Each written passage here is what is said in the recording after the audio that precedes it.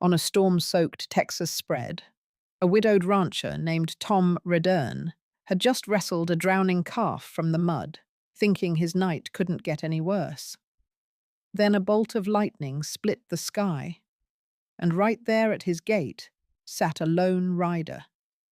It was a young woman, maybe in her mid-20s, drenched to the bone, but sitting tall as a fence post. She looked him square in the eye and told him she was not lost. She said she came looking for him, because 20 years ago he tied himself to a post and pulled her from a flooded creek, and she never forgot what he told her after. Stay brave. Don't let life break you. If you want to see how far a good deed can travel, you need to stay until the end.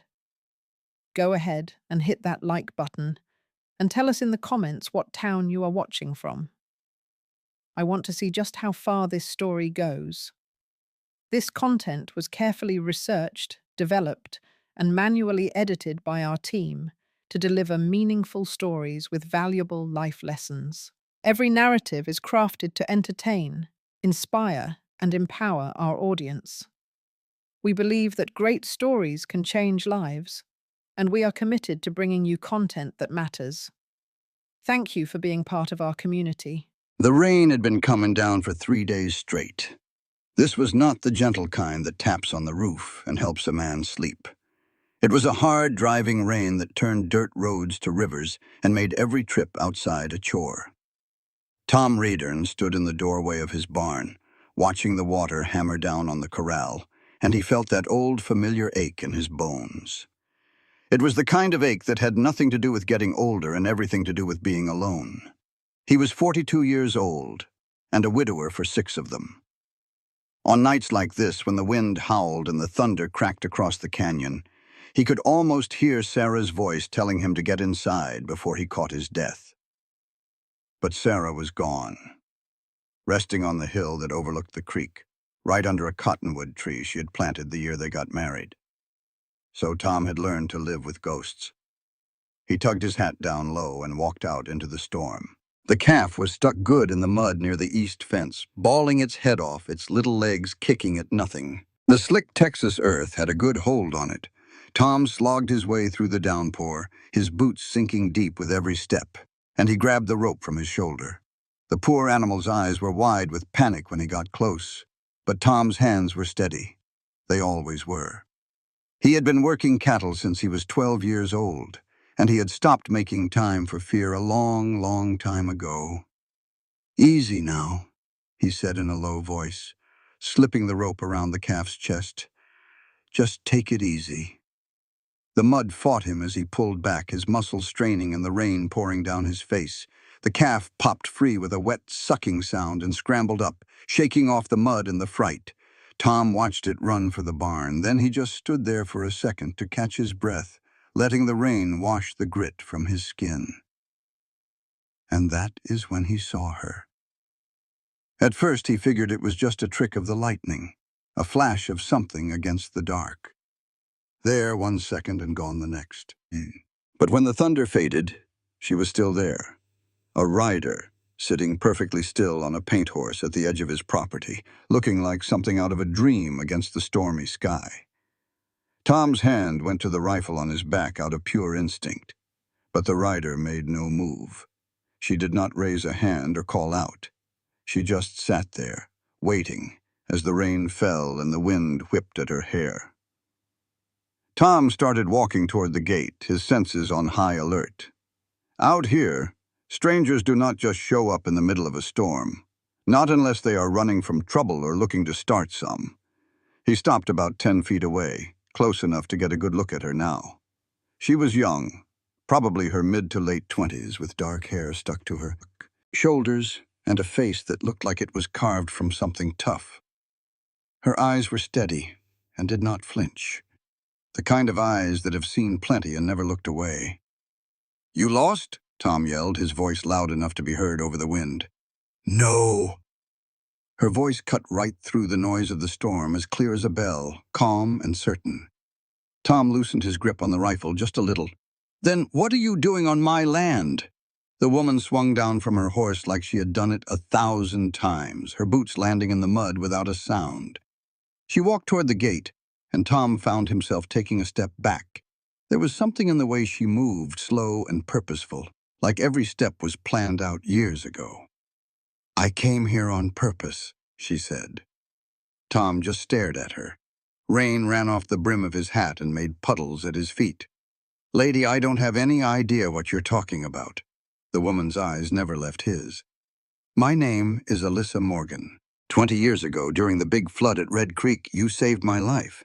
It felt like the whole world tipped on its side." Tom's mouth went dry. His mind raced backward, trying to dig through years of memories, searching for anything that would make sense of this. Red Creek, the flood 20 years ago. And then it hit him.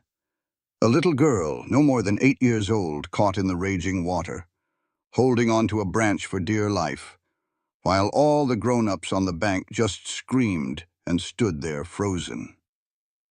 Tom had been 22 then, young and dumb, and mad enough at the world not to care about his own skin.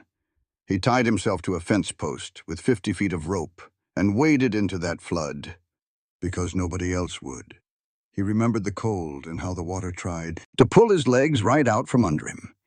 He remembered the feeling of that little girl's hands grabbing his shirt, like he was the only solid thing left in her world. And later, after he had pulled her to the bank and she was shaking so hard her teeth were chattering, he had knelt down, looked her right in the eye, and said the only thing that made any sense. "Stay brave. Don't let life break you." Tom's breathing was shallow now. His chest felt tight. "You were just a kid." Alyssa nodded slowly. "I was. And you were the only one who did anything. That was a long time ago." 20 years, she agreed. "But I never forgot." Tom shook his head, trying to get his bearings. "So you rode all the way out here in this mess, just to say thank you?" "That is, I did not come to say thank you," Alyssa said quietly, cutting him off. "I came to stay." Those words just hung there in the air, louder than any thunder. Tom stared at her, the rainwater streaming down his face, trying to understand what she had just said. "Stay? Yes. Here? Yes. You have got to be kidding me." Alyssa's expression did not change one bit. "I have been riding toward this moment my whole life, Mr. Redern. I am not about to turn back now." Tom opened his mouth, then closed it, then opened it again. No words came out. His brain felt like it had been struck by lightning, just sparking and misfiring. "You cannot just—" he started, but then stopped. "I do not even know you." "Not yet," Alyssa said simply. "But you will." The pure nerve of it all left him speechless.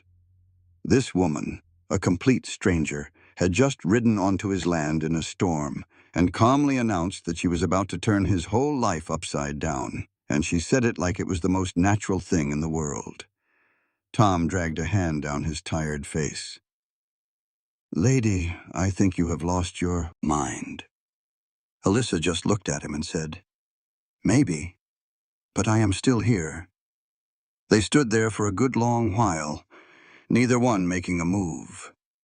The rain came down in sheets. The wind howled something fierce, and Tom felt a deep crack form in that wall he had built around his heart 6 years ago.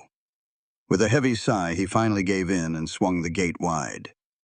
"Well, get in here before you wash away." The cabin was just one main room with a big stone fireplace, a kitchen table that showed every year of its hard life, and a bedroom tucked away in the back. Sarah's quilt was still hanging on the wall. Her old rocking chair was still sitting right there by the fire. Tom had not touched a thing since she passed, and he knew a stranger could see it plain as day. Alyssa stood just inside the door, dripping a puddle onto his floorboards, her eyes taking in every single detail. Tom snatched a towel off a shelf and tossed it her way. "Dry yourself off," he said, his voice rough. "I will get some coffee going." He went over to the stove and started feeding small pieces of wood into the firebox, needing something to do with his hands while his thoughts were racing. This was just crazy, completely and totally crazy. He did not know this woman from Adam, and he sure did not owe her a thing. Saving her from a flash flood 20 years back did not give her the right to just show up on his doorstep. And oh, Alyssa said softly. Tom looked back at her. She had moved over to the fireplace, the towel around her shoulders, looking at the pictures on the mantel. How would you know? My daddy brought me here one time after the flood. He wanted to thank you the right way, but you were not around. She reached out and touched the corner of a picture frame. It was Tom and Sarah on their wedding day, both of them so young and full of hope, looking more alive than he could stand to remember. Your wife was here, though. She gave me a glass of lemonade and told me you had gone to town. A lump formed in Tom's throat. Sarah. She was a kind woman, Alyssa said, her voice soft. I remember that much. She asked all about my schooling and listened to me like my answers were the most important thing in the world. The coffee pot started to whistle, and Tom poured 2 cups, his hands not quite steady. He placed one on the table and nodded for Alyssa to have a seat. She moved with a quiet grace and wrapped both her hands around the warm mug like it was a lifeline. Tom sat down across from her, his face lit by the flickering fire. She looked worn out. Not just tired from the ride, but a weariness that went clear down to the bone. The kind of tired a person gets from carrying a heavy burden for way too long. Why now? He finally asked. If this has been on your mind for 20 years, why pick tonight to come calling? Alyssa took a small sip of coffee, her eyes looking past him. Because I spent those 20 years trying to be the person you told me to be. Stay brave. Do not let life get the best of you. I clung to those words for dear life. Through losing my mama, through my daddy's drinking, through every last soul who said I was not tough enough or smart enough or good enough, she finally looked right at him, and Tom saw pure steel in her eyes. I made it through, and I promised myself that when I was finally strong enough, I would come back to this place and build the life I was meant to have. On my ranch, Tom stated, his voice flat. On the land where my real life started, Alyssa said, correcting him. The place where I was saved. Tom put his cup down on the table with a thud. This is not some fairy tale, Miss Morgan. This is my home. This is my life. You cannot just waltz in here. And I'm not looking for a handout, Alyssa said, her voice low. I can pull my weight. I know my way around horses and cattle. And I can mend a fence, I can cook, I can sew, and I know how to use a rifle. I'm not here to take a thing. I am here to earn my keep. Tom just stared at her, trying to find a hint of craziness or desperation in her eyes, but all he found was conviction. It was as solid and unmoving as a mountain.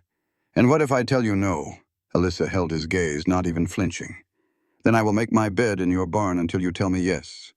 A small part of him, a part he thought long dead, felt a twitch. He could not tell if it was humor or just plain frustration. You are a stubborn one, I will give you that. I am alive, Alyssa said, plain and simple. And you are the reason why. That has to count for something. Tom just shook his head, slow-like, feeling the truth of her words settle on him like a heavy blanket. He thought about Sarah and all the quiet, empty years since she had been gone, how the silence in this cabin had become its own kind of ghost. Then he pictured a little girl holding onto a tree branch for dear life in a raging creek, her eyes wide with fear, and the words he had spoken without a second thought. Stay brave. 1 week, he heard himself say. You can stay for 1 week. You prove you can handle the work around here. After that, we will talk. Alyssa's face did not change much, but he saw the hardness in her eyes soften just a little. Thank you.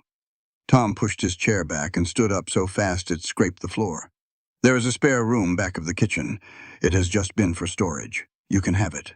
He grabbed his hat and made for the door. I'm going to get your horse settled in the barn. He did not stick around for an answer. He just stepped back out into the downpour, pulled the door closed and stood there for a minute, letting the cold rain soak him. Lord, what had he just gotten himself into? The next morning was cold, but the sky was clear.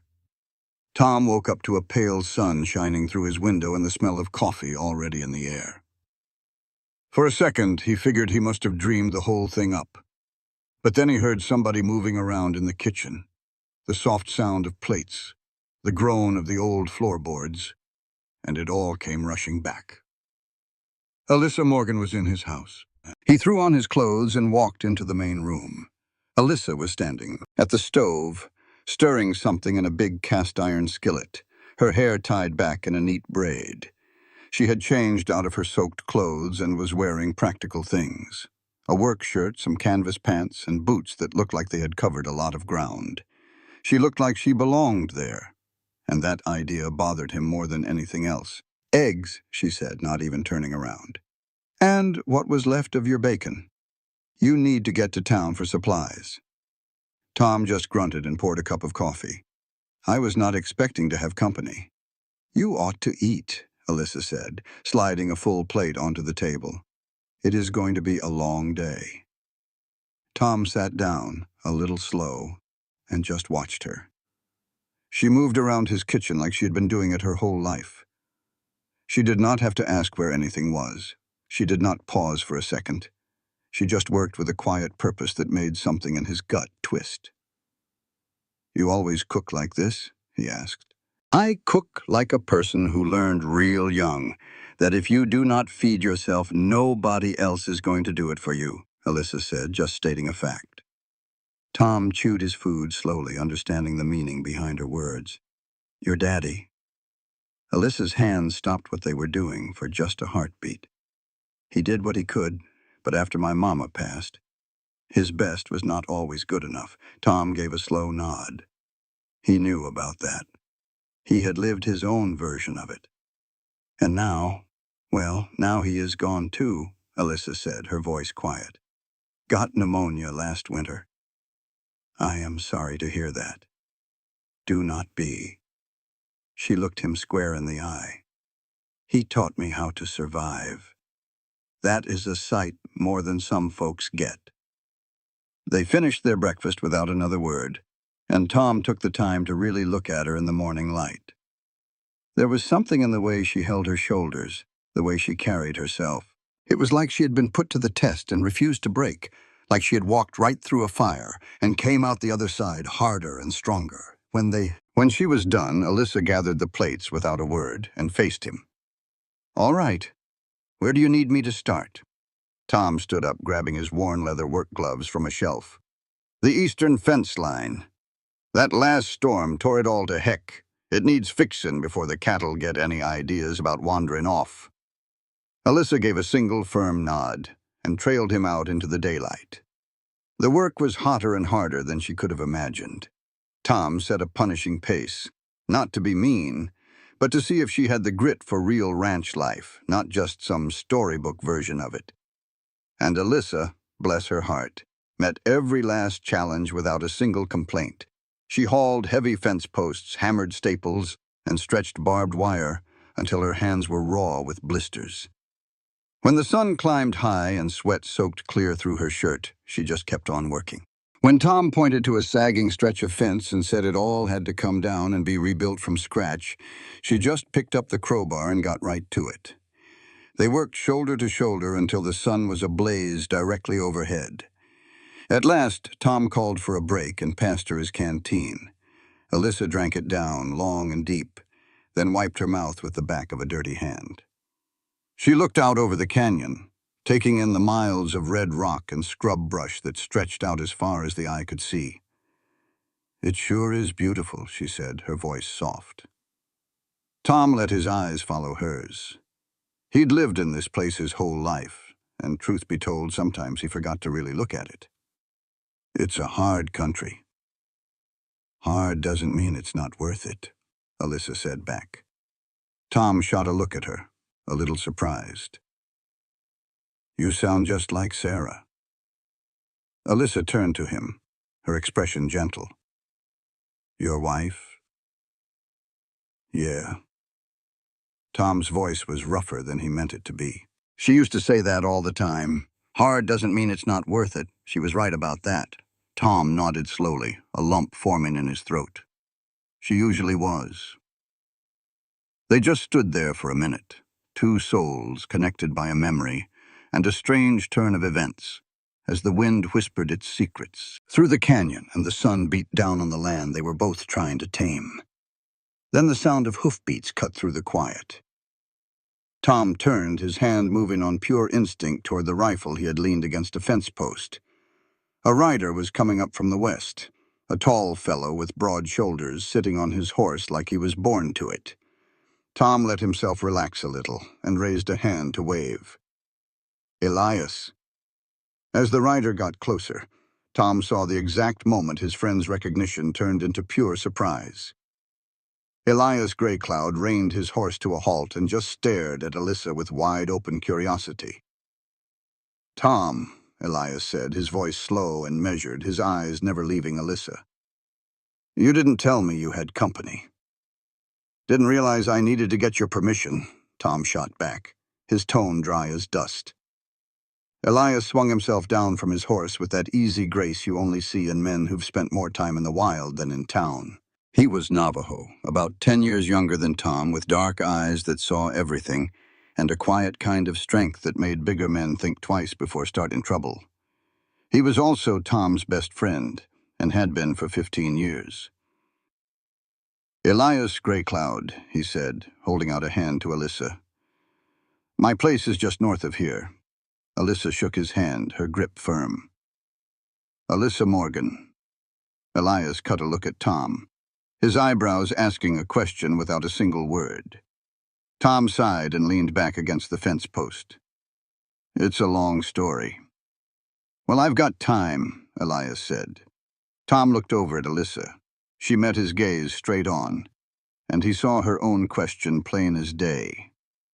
"Is this your story to tell, or mine?"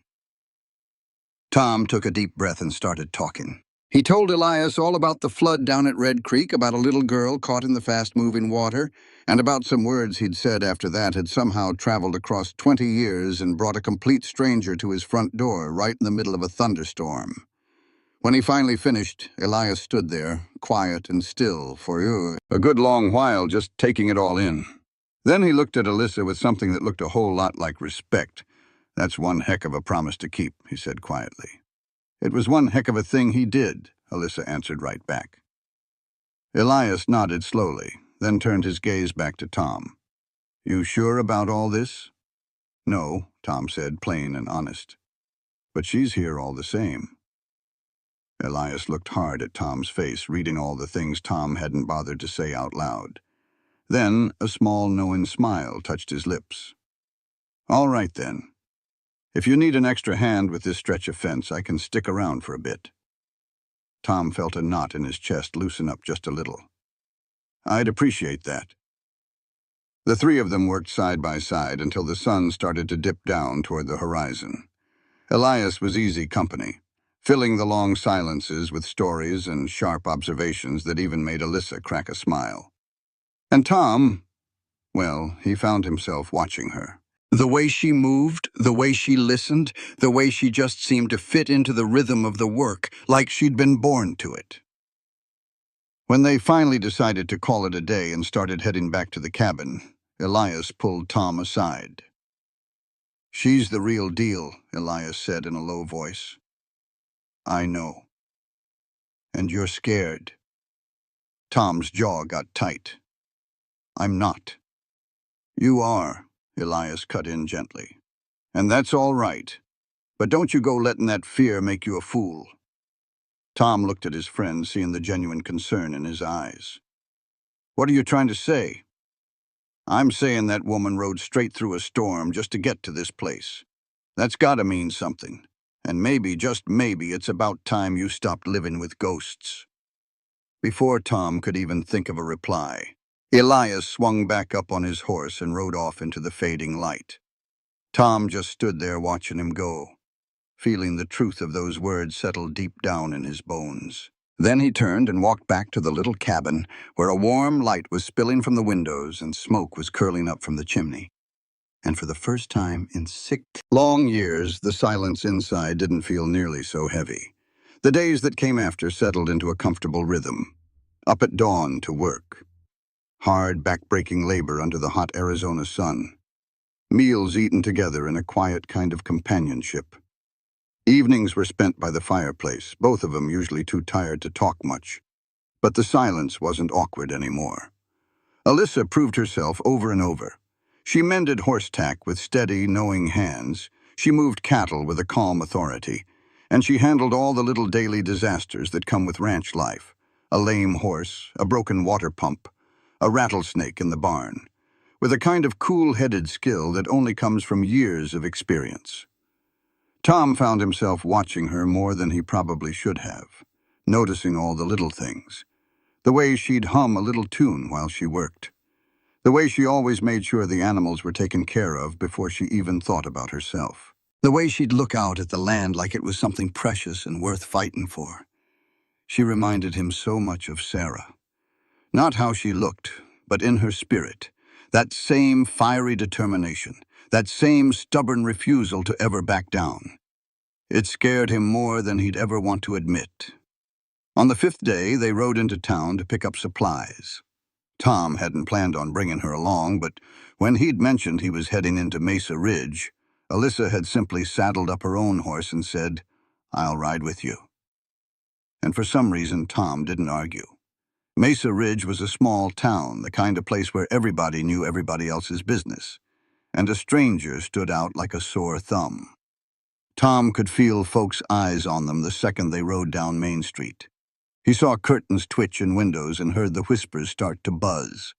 He told himself he didn't give a damn, but he felt his shoulders tense up anyway. They tied their horses up outside the general store and Tom pushed his way through the door with Alyssa right behind him. The store owner, Old Man Hendricks, looked up from the book he was writing in and just plain froze.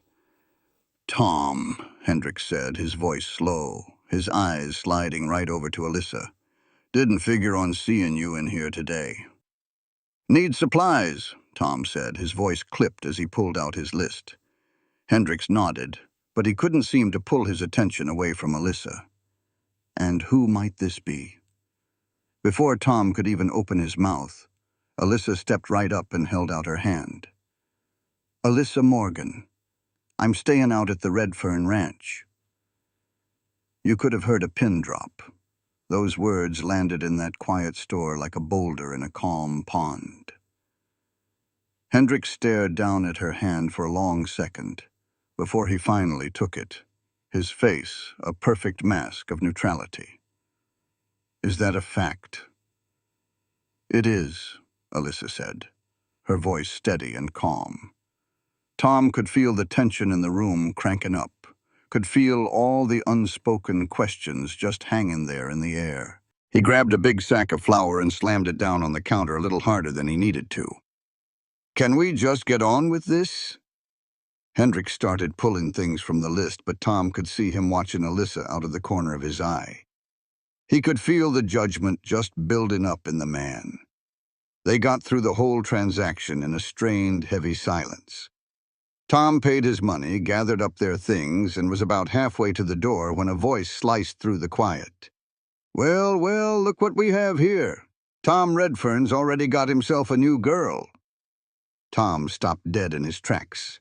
He turned around real slow and saw Frank Mallory leaning up against the back wall, a sharp, ugly grin plastered on his face. Frank was nothing but trouble, always had been. He was a bully as a kid and grew up to be a mean drunk, the kind of man who got his fun from making other folks feel small. "This ain't none of your business, Frank," Tom said, keeping his voice even. Frank pushed himself off the wall and sauntered on over, his eyes raking up and down Alyssa with pure insolence. "Seems like it is my business, seeing as how you're parading her around town for all to see. What happened, Tom? Did Sarah's grave finally get a little too cold for you?" The whole world went red around the edges. Tom carefully set the supplies down on the floor. "Carefully? Way too carefully." He turned to face Frank head on. "You want to say that again?" Frank's nasty smile got wider. "I said—" Tom's fist connected with his jaw before he could finish. Frank hit the floor hard, taking a whole shelf of canned goods with him, blood already starting to drip from his mouth. The whole store went quiet as a tomb.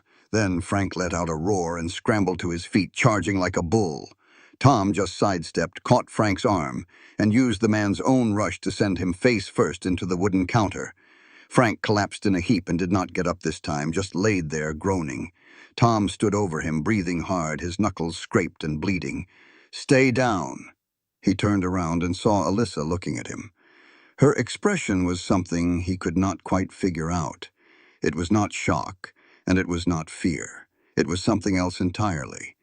It was something that looked a whole lot like she understood. "We are leaving," Tom said in a low voice. He picked up their supplies and walked out of the store, and Alyssa followed right behind him, without a single word. They rode back to the ranch, and Tom could feel the eyes of the whole town on his back the entire way. He knew, deep in his bones, that this was only the beginning. That evening, Tom sat on his porch, just staring out into the dark, trying to get the anger that was still boiling inside him to cool down. The cabin door creaked open behind him, and Alyssa came out holding 2 mugs of coffee. She handed one to him and sat down on the step next to him.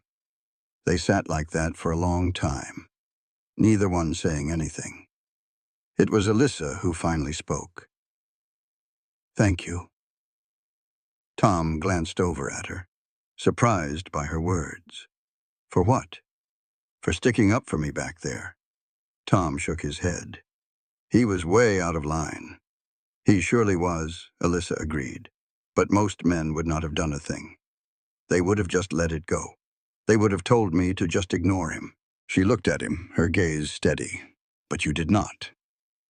Tom took a long sip of his coffee, not sure he trusted himself to speak just yet. "I know this ain't easy," Alyssa said, her voice soft. "Me being here, folks are bound to talk. They're going to pass judgment, and I'm mighty sorry for that." "Don't be," Tom said with a rough edge to his voice. "You didn't ask for none of this. I made a choice. So did you. That's all that's worth a damn." A small smile touched Alyssa's lips. "Is it?" Tom held her gaze. "It has to be." They sat there in the dark, shoulder to shoulder, as the stars turned in the big sky above and the land spread out all around them, huge and harsh and beautiful in a way that hurt. And from somewhere way off, Tom heard the low rumble of thunder echoing through the canyon. Another storm was rolling in, but this time, he wasn't standing in its path all by himself. The storm finally broke 3 days later, but it sure wasn't rain that came pouring down. Tom was working on the barn door when Sheriff Amos Lyle rode into the yard, his deputy trailing him like a bad memory. Tom recognized the look on Lyle's face. He'd seen it before on men who had to deliver bad news they'd rather not, but would anyway because the job required it. "Tom," Lyle said, giving his hat a slight tip, "you got a minute?" Tom put his hammer down and wiped his hands on his pants. "Depends what you're here for, Amos." Lyle shifted uncomfortably in his saddle. "Had some people come into my office yesterday voicing some concerns." "What sort of concerns?" "The kind that's about a woman living out here with you, without a ring on her finger or a chaperone." Lyle's eyes cut toward the cabin where Alyssa was hanging clothes on the line. "People are talking, Tom, and they ain't saying nice things." Tom could feel a hot anger building in his chest. "Let 'em talk." "It's not that simple," Lyle said quietly. "There are laws about decency, about moral character. If enough folks complain, the county could—" "Could what?" Tom cut in, his voice hard as iron. "Force her to pack up and leave. Arrest me for giving somebody a job and a roof." "I'm just telling you the way things are," Lyle said. "Frank Mullally has been stirring the pot. He's got half the town thinking you've gone clean off your rocker, and Judge Caldwell has been asking questions about property rights and who's living where." Tom's hands balled into tight fists. "This is my property, Amos, my land. What I do on it is my own business." "Most days I'd agree with you," Lyle said. "But when it turns into a question of public morals, the law gets its nose in it whether we want it to or not." He stopped for a moment. Then his voice got a little softer. "I'm not here to give you trouble, Tom. I'm here as a warning.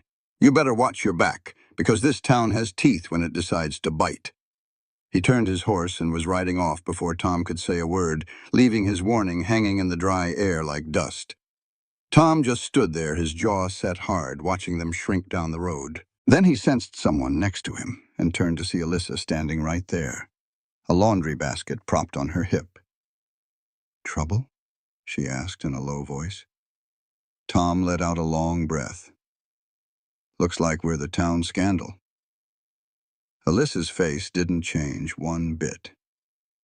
"People will always find something to be scandalized by." "This is different," Tom told her. "They could make real trouble for us, legal trouble."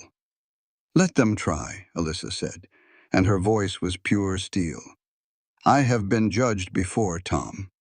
By men who figured they knew what was best, people who told me I wasn't good enough, that I wasn't worth the fuss, that I should just know my place and keep my mouth shut." She looked him straight in the eye. "I didn't come all this way just to get pushed back by small-minded men who think their gossip is more important than the truth." Tom looked at her face, saw the fire burning in her eyes, the flat-out refusal to bend, and he understood something that should have been plain as day from the get-go. Alyssa Morgan wasn't the kind of person who ran from a fight. She was the kind who planted her feet and made you prove you had any right to ask her to move. "All right, then," he said quietly. "We stand our ground." Alyssa gave a small, fierce smile, completely without fear. "Together." The words settled between them like a sworn oath, and Tom felt something inside his chest shift. Something that he'd kept locked up for 6 years was starting to crack, letting a little light shine through. He didn't know if that was a good thing or a terrible one, but it was happening all the same, whether he was ready or not. That evening, Elias rode over with news that made a bad situation a whole lot worse. He showed up just as the sun was dipping below the horizon, his face looking grim, and he swung down from his horse before the animal had even stopped moving. "We need to talk," he said, wasting no time on pleasantries. The three of them gathered inside the cabin, sitting around the table as the fire burned low in the fireplace. Elias took a folded piece of paper out of his coat and smoothed it on the table. "The town council is having a meeting tomorrow night," he said, "and you two are the topic of discussion." Tom leaned in to read the paper. His name stood out right alongside words like moral fitness and community standards and land use rules. "They're trying to take the ranch," Tom said, his voice empty of feeling. "Not directly," Elias corrected him. "They're going after the situation. They want to use public opinion to force you into a corner, make you either send her away or deal with the fallout." "What kind of fallout?" Alyssa asked. Elias looked her right in the eye. "Could be just about anything. Fines, court orders, claims that the property is being used improperly. They will keep digging until they find something that will stick." He took a breath. "And if they cannot find it, they will just make something up." Tom slammed his open hand down on the table. "This is madness. I saved her life 20 years ago. She came back here to repay a kindness. There is nothing wrong with that." "The truth doesn't matter," Elias said softly. "What matters is the story they can get people to believe. And Frank Mallory has been working double time, spreading all kinds of rumors, saying things that would turn a decent man's stomach." Alyssa's jaw tightened, but her voice was steady. "What kind of things?" Elias hesitated, not wanting to say the words out loud. Tom answered for him, his voice thick with anger.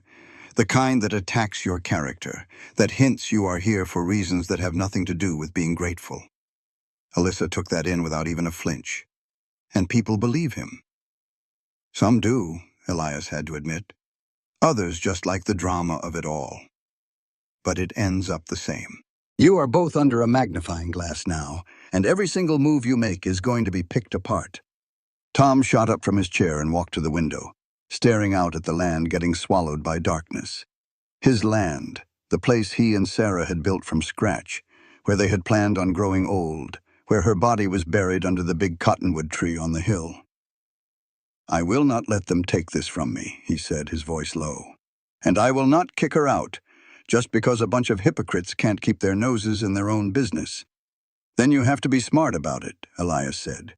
"Walking into that meeting without a plan would be a big mistake. They will tear you to pieces."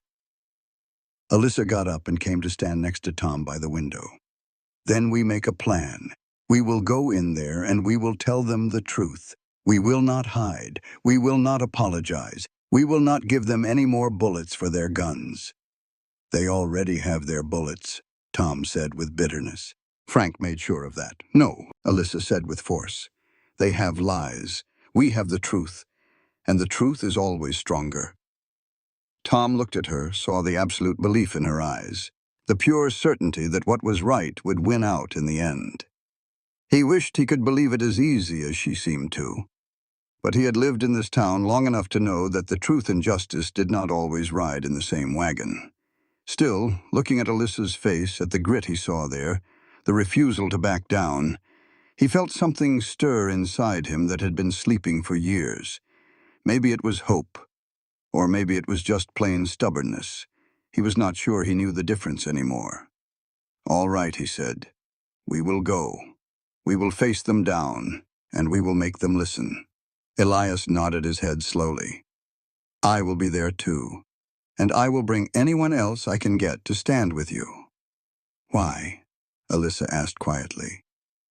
"This is not your fight." Elias smiled, and it was a smile that seemed ancient and wise.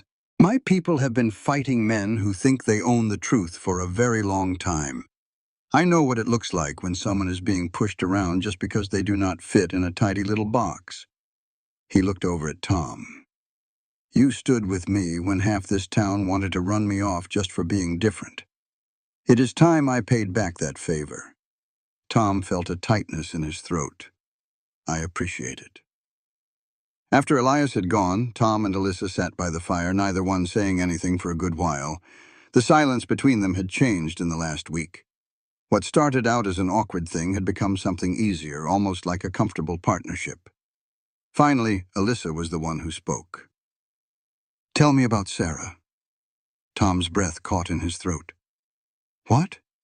"Your wife," Alyssa said, her voice gentle. "You never talk about her, but she is everywhere in this house. In the patterns on the quilts, the pictures, the way you move around these rooms like you are always feeling how empty they are." She paused. "I would like to know who she was." Tom stared into the fire, feeling old scars pulled tight. He had not really talked about Sarah, not really, since the day they put her in the ground. It hurt too much. It made the loss feel brand new again. But something about the way Alyssa asked, the honest care in her voice, made the words come out easier than he thought they would. "She was strong," he said quietly, not in a loud way. "She never had to prove anything to anybody, but she had this center of iron that nothing could ever bend." He gave a small smile at the memory. "She reminds me of you, actually." Alyssa's face softened. "How did you two meet?" "At a barn dance. I was 24, full of too much pride and convinced I did not need a soul. She proved me wrong in about 5 minutes." Tom shook his head. "She saw right through all my walls, all my defenses, and she just stayed. No matter how hard I tried to push her away." "Why did you try to push her away?" Tom was quiet for a long moment. "Because everybody I had ever cared about had left me. My parents died when I was 16. My brother took off a year later. I had learned that loving people just meant losing them, so I stopped trying." "But she changed that," Alyssa said. "She did," Tom agreed. "She taught me that being scared of getting hurt does not make you strong. It just makes you lonely." His voice got rough, and then she got sick. A fever that just would not break. By the time the doctor made it out here, it was too late. She was gone in 3 days. Alyssa reached over and put her hand on his. The touch was simple and plain, but it was exactly what he needed. "I am sorry," she said. "So am I," Tom said, "every single day." They sat. They sat like that for a good long while, their hands just touching, as the fire burned down to embers, and the night grew deeper outside. Tom came to realize this was the first time since Sarah passed that he had spoken her name without feeling like he was sinking under a wave. Maybe that was a sign of something changing. Or maybe it just meant he was finally remembering how to breathe again. The following evening, Tom and Alyssa rode to town side by side, with Elias meeting them at the start of Main Street. The town hall was already filled to the brim when they stepped inside. Folks were crammed onto benches and standing along the walls, every last one of them waiting to see how things would unfold. Tom could feel their stares on him the second he walked through the door. He heard the whispers spread like a prairie fire. Alyssa was right there beside him, her head held high and her face a mask of calm, and Tom drew strength from her. He admired the way she simply refused to be made small by their glares. They found seats right at the front, and Tom's eyes swept over the crowd. He knew most of the faces, people he had known for years. Some were friendly, others were just watching, but a few looked at him with plain hostility. Frank Mallory was sitting in the back, smirking like a coyote in a henhouse. Judge Thaddeus Caldwell banged his gavel to call the meeting to order, his voice echoing through the chamber. Caldwell was in his 60s, a man who wore his power like a fine suit, and sure did enjoy showing it off. "We are gathered here tonight," Caldwell started, "to address some concerns brought before the council about the situation out at the Redfern Ranch." Tom's jaw clenched. The word situation made it sound like a mess that needed cleaning up. "Mr. Redfern," Caldwell went on, staring straight at Tom, "would you care to enlighten this assembly about the reasons for Miss Morgan's presence on your land?" Tom got to his feet slowly, feeling the weight of every single pair of eyes in that room. "Alyssa Morgan is living and working on my ranch because 20 years ago, I saved her life during a flood down at Red Creek. She came back to honor that promise, to find honest work, and to build a good life. There is nothing else to the story. Nothing else at all," Caldwell said again, his voice full of doubt. "And still she is living in your house without a proper chaperone, in a way that goes against all common decency." Tom's voice grew hard. He said, "Common decency would be you minding your own affairs and letting honest folks live their lives without you sticking your nose in." A low rumble of conversation moved through the people gathered there. Caldwell's eyes got thin and sharp. "This council has a duty to protect the moral fiber of our community. When that fiber is threatened, we are required to take action." "Who says it is threatened?" Tom shot back. "Frank Mallory, a man who gets drunk and starts fights just for the fun of it?" From the back of the room, Frank stood up, his face red with anger. "It is not just me, Redfern. Half the people in this town believe you have lost your senses, bringing a strange woman into the home your dead wife made." The words stung Tom like a whip. He started to step forward with his hands balled into fists, but Alyssa put a hand on his arm and he stopped. She stood up, and the room grew completely silent. "My name is Alyssa Morgan," she said, her voice ringing out clear and strong, "and I am not a stranger here. I am a person who made a vow to myself 20 years ago. I promised that if I lived and if I got strong enough, I would return to the place that saved me and build a life worth having."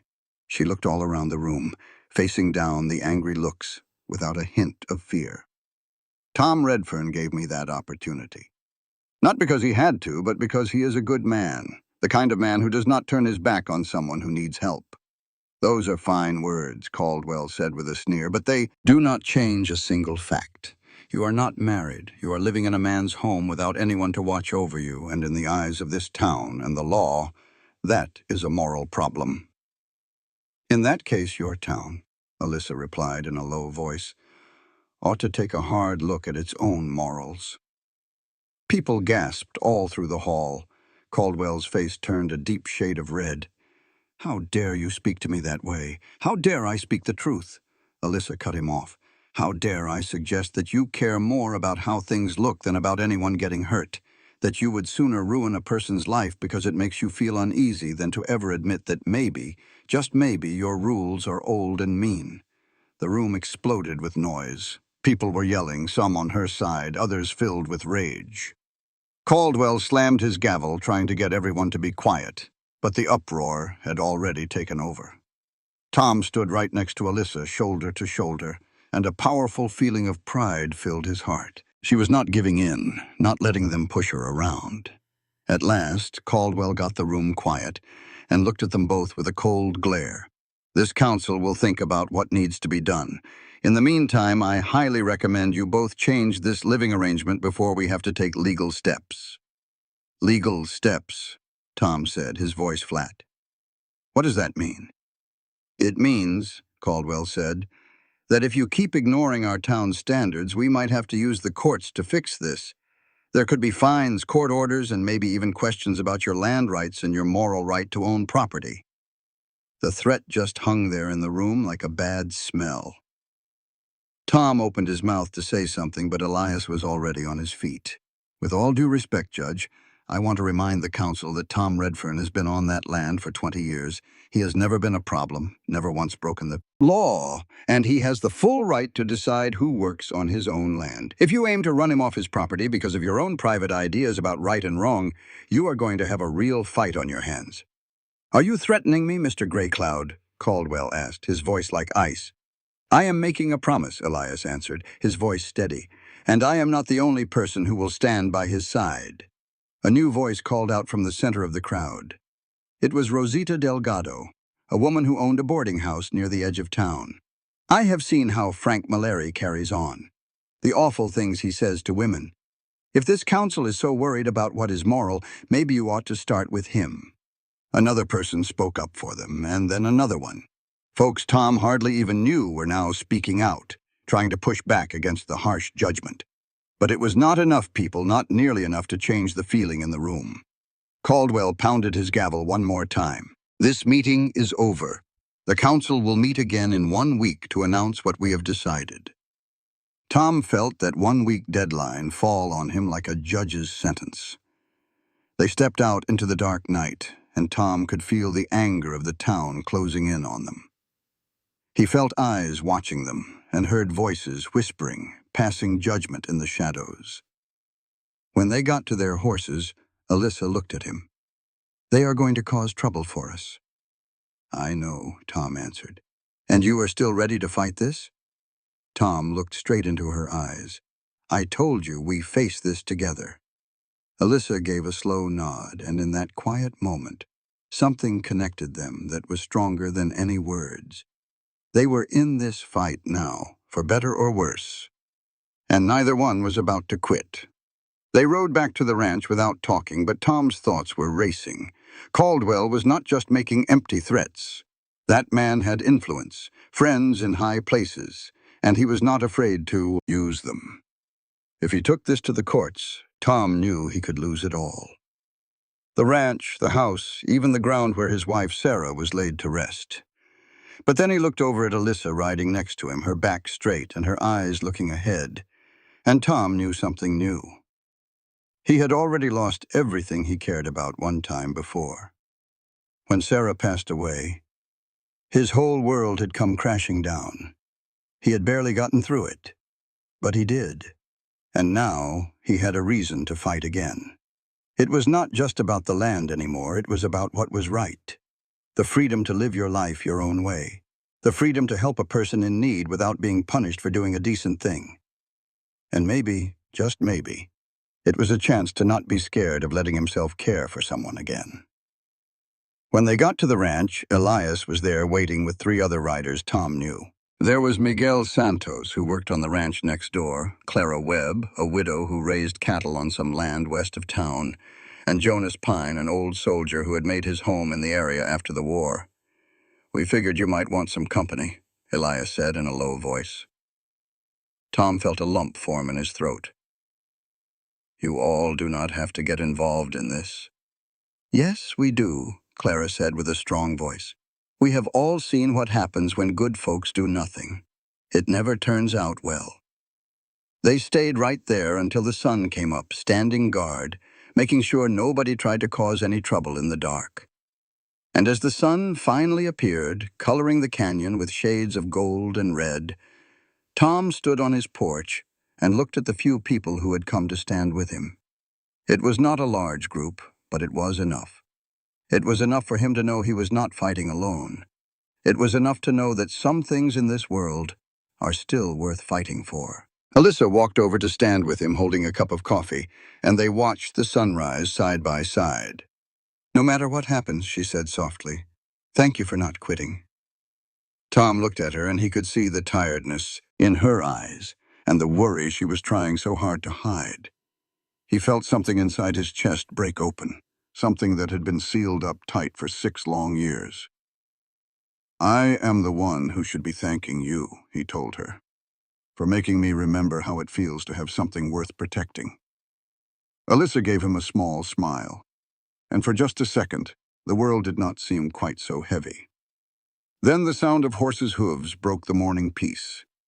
Tom turned and saw 5 riders coming up the road fast, spread out in a line, riding with a clear purpose. He knew who they were, even from far away. It was Frank Mallory and his bunch. "Get in the house," Tom said to Alyssa. "No," she answered, her voice firm. "Alyssa, get inside. I said no." She put her coffee cup down and did not move an inch. "Whatever is coming, we will face it together." Tom wanted to tell her again, to keep her safe, but he saw the determination in her eyes and knew it was no use. Elias and the others moved to stand beside them, their hands resting near their rifles, ready, but not looking for a fight. The riders pulled their horses to a halt about 20 feet from the porch.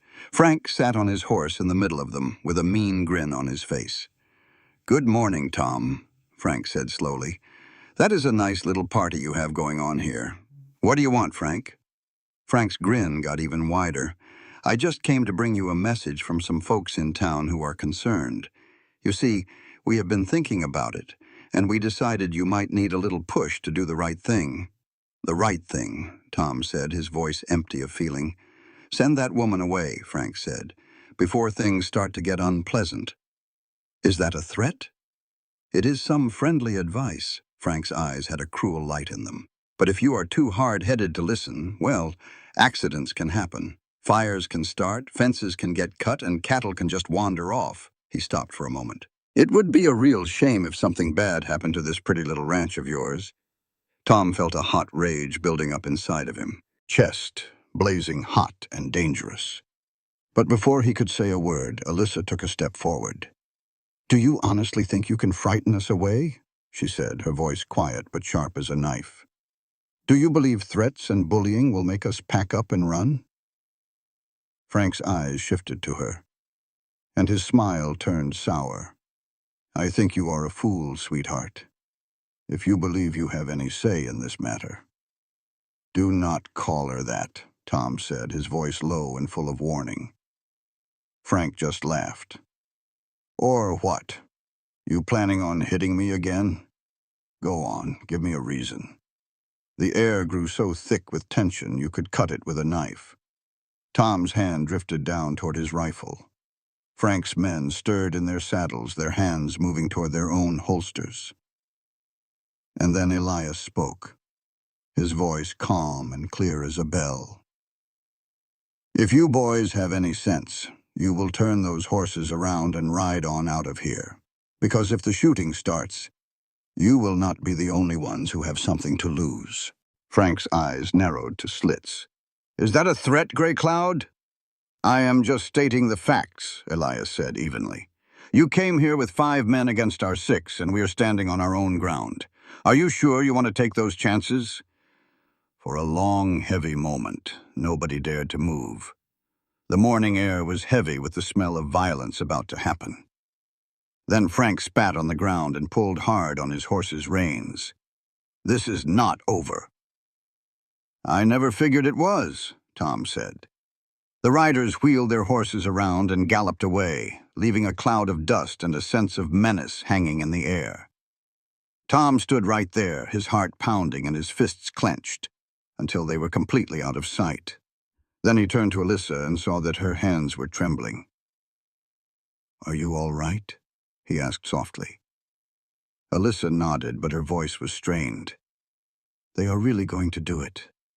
They are going to try and ruin this place." "Let them try," Tom said. "We will be ready. We will be." But even as the words left his mouth, Tom felt the heavy weight of what was coming settle over him like a burial shroud. This was not just about his reputation anymore. It was not just about threats and social pressure. This was a fight. And fights always have a cost. The trouble Frank promised arrived sooner than Tom could have imagined. That very night, flames started climbing up the eastern corral fence. It was no accident. The fire was too neat, too intentional.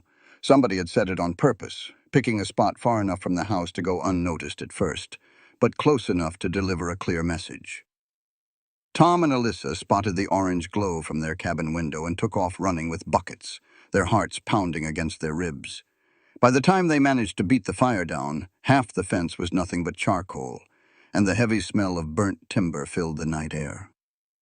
Elias and Miguel decided to stay over after that, taking turns standing watch with rifles laid across their laps. Not a word was spoken between them. None was needed. They all understood what this meant. The time for being neighborly was over. 2 nights later, the crack of gunshots echoed through the dark. 3 shots rang out from somewhere up in the hills, close enough to shatter a window in the barn, but too far off to make shooting back anything but a waste of bullets. Tom snatched his rifle and bolted outside, his eyes scanning the ridgeline. But he saw only shadows and starlight. Whoever did it was long gone. Alyssa came up beside him, her breath coming in short bursts, her face a pale oval in the moonlight. "Are they trying to kill us, or are they just trying to scare us?" "Scare us," Tom said, his voice low and hard. "If they wanted us dead, we would be. This is all about trying to break our spirit." "It is not going to work," Alyssa declared, and her voice was as solid as steel. Tom believed her, but he also knew that being brave and being scared could live in the same heart. You could be absolutely terrified and still plant your feet and refuse to run. He could see it in the way Alyssa's hands trembled when she thought he was not looking, in the way she flinched at any loud noise, and in the dark smudges that were starting to form under her eyes from all the nights she spent listening for the sound of footsteps that never came. She was afraid. He was too. But they were not leaving. In the daylight, every chore became an act of defiance. Tom fixed what had been broken, rebuilt what had been burned, and he kept that ranch running as if nothing was wrong at all. Alyssa was right there with him, her movements filled with a quiet, fierce determination, proving over and over that no threat or act of violence was going to chase her away. But the harassment did not stop. Fence lines were snipped in the dead of night. The cattle were spooked and scattered all over the canyon, which meant Tom and Elias had to spend 2 whole days rounding them back up. A water trough was tainted, not with enough poison to kill the livestock, but just enough to make them sick, and to prove the point that nothing on their land was safe anymore. And as it all happened, the town just watched. Some folks looked on with sympathy they never dared to speak aloud, while others watched with a satisfaction they did not even try to conceal. All the while, Judge Caldwell said nothing, content to let the campaign of fear do his dirty work for him. On the 5th night after the big meeting, Tom was sitting on his porch cleaning his rifle, his senses on high alert for every rustle in the dark. Alyssa came out and sat down next to him, pulling a blanket around her shoulders to ward off the chill of the desert night. "We cannot go on living this way," she said softly. Tom's hands stopped their work on the rifle. "Are you saying you want to leave?"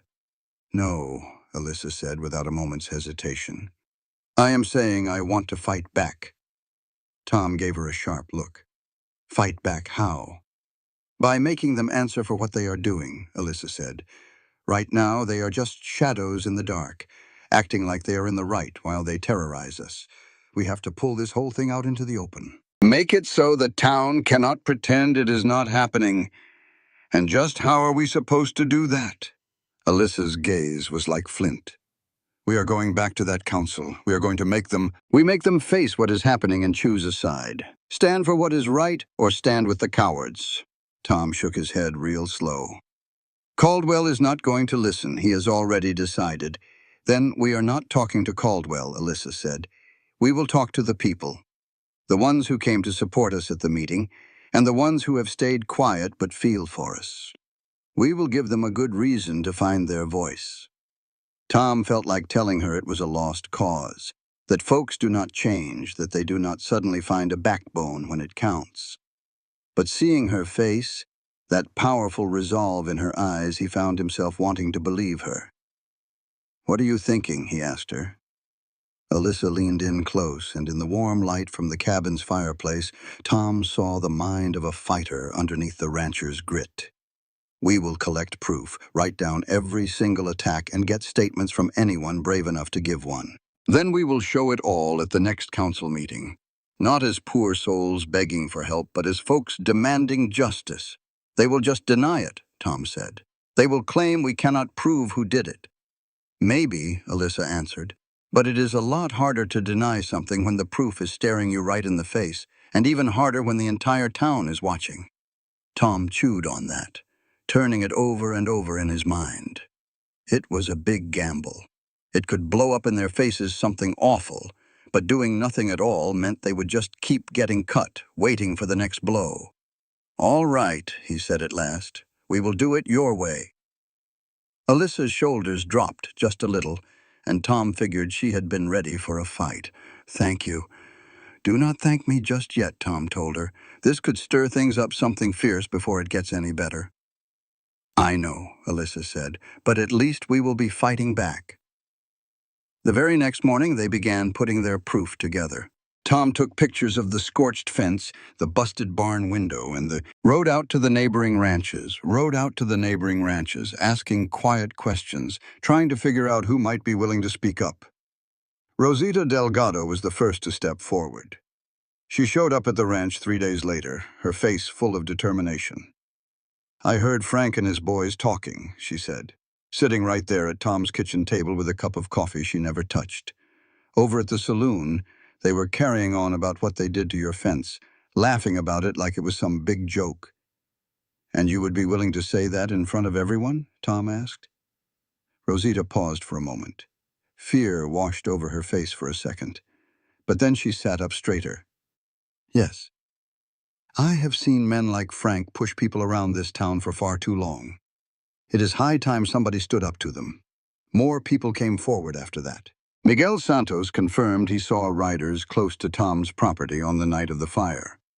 Clara Webb confessed she overheard Judge Caldwell and Frank talking about how to fix the red fern problem while they were eating dinner at the hotel. Jonas Pine, who had been through the battle at Shiloh and knew what real fighting looked like, met Tom's gaze and said, "What is happening out here is just cowardice pretending to be righteous." Every statement they got felt like a small win. Every name written down on that paper felt like more help arriving to hold a crumbling line. But then, the trouble got worse.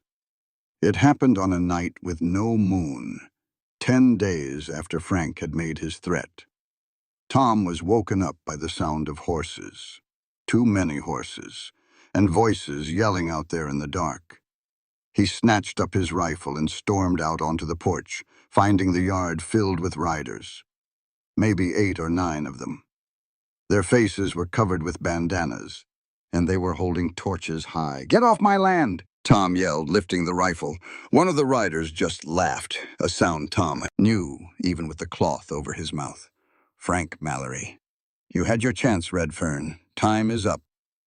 They spurred their horses toward the house. Tom fired once and then again, aiming high above their heads. They were warning shots, meant to make them scatter, but they just kept on coming. One rider broke off and headed for the barn. Another went straight for the corral. A third galloped right at the cabin, lifting a torch to throw it. Just then, Alyssa was there beside Tom, her own rifle up and ready. She fired. The bullet knocked the torch clean out of the rider's hand. It spun through the air and landed in the dirt, where it fizzled out. The riders pulled their horses up short, clearly surprised to run into a real fight. "The next one is not a warning," Alyssa yelled out. From inside the barn, the crack of Elias's rifle echoed. Miguel came running out of the bunkhouse. All of a sudden, those riders found themselves outnumbered, cornered and staring down the barrels of guns held by people who knew exactly how to use them. Frank's voice cut through the noise. "Fall back!" The riders turned their horses and scattered, vanishing into the night like the cowards they were. But as they ran, Frank's voice drifted back across the canyon. "You cannot watch everything, Redfern. We will be back." Tom just stood there, his rifle still up, his heart pounding so hard he could hear it in his own ears. Next to him, Alyssa was shaking. not from being scared, but from the rush and the anger. "They tried to burn us out," she said, her voice strained. "They really tried to burn down our home." "And they failed," Tom said. "But Frank is right. We cannot watch everything. We cannot be on guard every minute of every day." Elias came up on the porch, his face serious. "This is not just harassment anymore. This was an attempt to murder you. You have got to go see Sheriff Lyle." Tom let out a bitter laugh. "Lyle is not going to do a thing. He is too scared of Caldwell. Then we make him do something." Elias said, "You have got witnesses now. You have got proof. Make it so he has no choice but to listen." Tom knew Elias was right, but he also knew that going to Lyle meant admitting they could not handle this fight on their own. It meant asking for help from the same system that had already let them down. But really, what other choice did they have? The next morning, Tom and Alyssa rode into town carrying a folder filled with written statements and photographs. They found Sheriff Lyle in his office with his feet kicked up on his desk, reading the newspaper like there was not a single thing wrong in the world. "Tom," Lyle said, putting the paper down, "what can I do for you?" Tom put the folder down on the desk with enough of a thud to make Lyle flinch. "This is evidence of arson, vandalism, and attempted murder. All of it done against my property in the last 2 weeks." Lyle opened up the folder slowly, flipping through the pages with a look that got more and more uncomfortable as he went. At last he closed it and looked up at them. "This is serious," he said. "It is," Tom agreed. "So what are you going to do about it?" Lyle shifted around in his chair. "I will look into it." "That is not good enough," Alyssa said, her voice sharp. "We have witnesses. We have dates and we have times. We are giving you everything you need to go out and make some arrests." "It is not that simple," Lyle said. "Most of this proof is just circumstance. Nobody actually saw Frank or his men do any of these things." "Rosita Delgado heard them confessing to it," Tom said. "Heard them talking about it," Lyle corrected him. "That is not the same as a confession. And even if it was, do you have any idea how hard it is to take a case to court based on something somebody overheard? Especially when you're going up against men with friends in high places in this town?" Tom's hands tightened into fists. "So what you are saying is, there is nothing you can do." "I'm saying," Lyle said, choosing his words with care, "that trying to handle this through the law would be mighty difficult and you might not get the outcome you want. But there are other options." "Like what?" Alyssa demanded. Lyle met her stare. "Like you reconsidering your living arrangement. If you were to leave on your own, the trouble would stop. Problem solved." The silence that came after that was heavy. Tom felt a hot rage building up inside his chest, almost choking him. "You are telling us to give up, to let a bunch of bullies win just because it is easier than you doing your job." "I am telling you to be practical," Lyle said. "This whole situation is just not sustainable. You are both in danger, and the longer you decide to stay, the worse it is going to get." Alyssa stood up so fast her chair scraped the floor. "Then I guess we will just have to solve it ourselves." She walked right out before Tom could even say a word. He grabbed the folder off the desk and went after her, leaving Lyle sitting there looking mighty relieved that they were gone. Outside, Alyssa was pacing back and forth next to their horses, so mad you could almost feel the heat coming off of her. "He is not going to help us." "No," Tom agreed with her, "he is not. So what is our next move?" Tom thought about it for a minute. He thought about all the proof they had gathered up. He thought about all the people who had spoken out, even though they were scared. And he thought about the council meeting that was happening tomorrow night. "We do what you said we should do," he told her. "We take this straight to the people, and we make them choose." That night, Tom and Alyssa sat around the kitchen table getting their story straight. Alyssa wrote everything down in her neat handwriting, laying out the facts one after another, building their case just like a lawyer getting ready for a trial. Tom put the photographs in order, along with the witness statements and all the physical proof of what had been done to them. "You are good at this," Tom said as he watched her work. Alyssa looked up from her papers. "At what?" "Strategy. Organization. You think like somebody who's been in a few fights before." Alyssa put her pen down. I have, she said. Just not the kind with guns. Listen. She paused for a second, then went on. After my mother passed, my father just fell apart. We ended up losing our house. We had to move into a boarding house, and the man who owned it figured rent could be paid in ways that did not involve money. Her voice was flat, with no trace of emotion. I was 14. I learned real quick how to write things down, how to gather proof, and how to hold people responsible when they think they can do whatever they want. Tom felt a knot tighten in his chest. What did you do? I went straight to the county with a list of dates, times, and people who saw things. He went to jail for 6 months. Alyssa's eyes were hard as stone. It was not nearly enough, but it was something. And it taught me that the only way to deal with people who hide in the shadows is to drag them kicking and screaming into the light. Tom reached over the table and laid his hand over hers. I am so sorry that happened to you. Alyssa glanced down at their hands, then looked up into his face. Do not be. It made me who I am today, and that is someone who does not break. They just sat there for a good long while, a silent understanding passing between them. Then Alyssa gently pulled her hand away and went back to her writing. And Tom found himself just watching her, feeling something he had not felt in 6 long years. It was more than respect, more than admiration. It was something deeper, something that scared him half to death, because it felt an awful lot like hope. The next evening, they walked into the town hall and found the place was even more packed than the last time. News had gotten around about what they were planning to do, and folks had turned out to watch the showdown. Tom saw Frank leaning against the back wall, a big grin on his face like he was at a Saturday picture show. Judge Caldwell was at the head table with his usual cronies on either side, looking as confident as a king. Tom and Alyssa found their seats. Elias sat right behind them, a quiet wall of support. Rosita was there too, and so were Miguel, Clara, and Jonas, a small band of friends in a room full of unfriendly faces. Caldwell banged his gavel to start the meeting. We are here tonight to make our final decision about the Redfern Ranch situation. But before we do, I am told Mr. Redfern has something he would like to present. Tom got to his feet, holding the folder. I surely do. I have evidence of an organized campaign of violence and intimidation, all of it aimed at forcing Miss Morgan and me off my own property. A low buzz went through the room. Caldwell's eyes got narrow. Now that is a mighty serious accusation. It is a documented fact, Tom replied. He started laying photographs on the table for the council to see. The burned fence, the shattered window, the cut wire. Every picture was a stark and silent witness. Then Alyssa stood up and began to read from her journal. October 15th, 2 in the morning. Arson at the eastern fence line. October 17th, 10 at night. 3 gunshots from the northern ridge. October 19th, gunshots hit the barn window. October 21st, cattle runoff, water trough poisoned. Her voice was calm and clear. And 4 nights ago, around midnight, 9 riders tried to burn the cabin down with us inside it.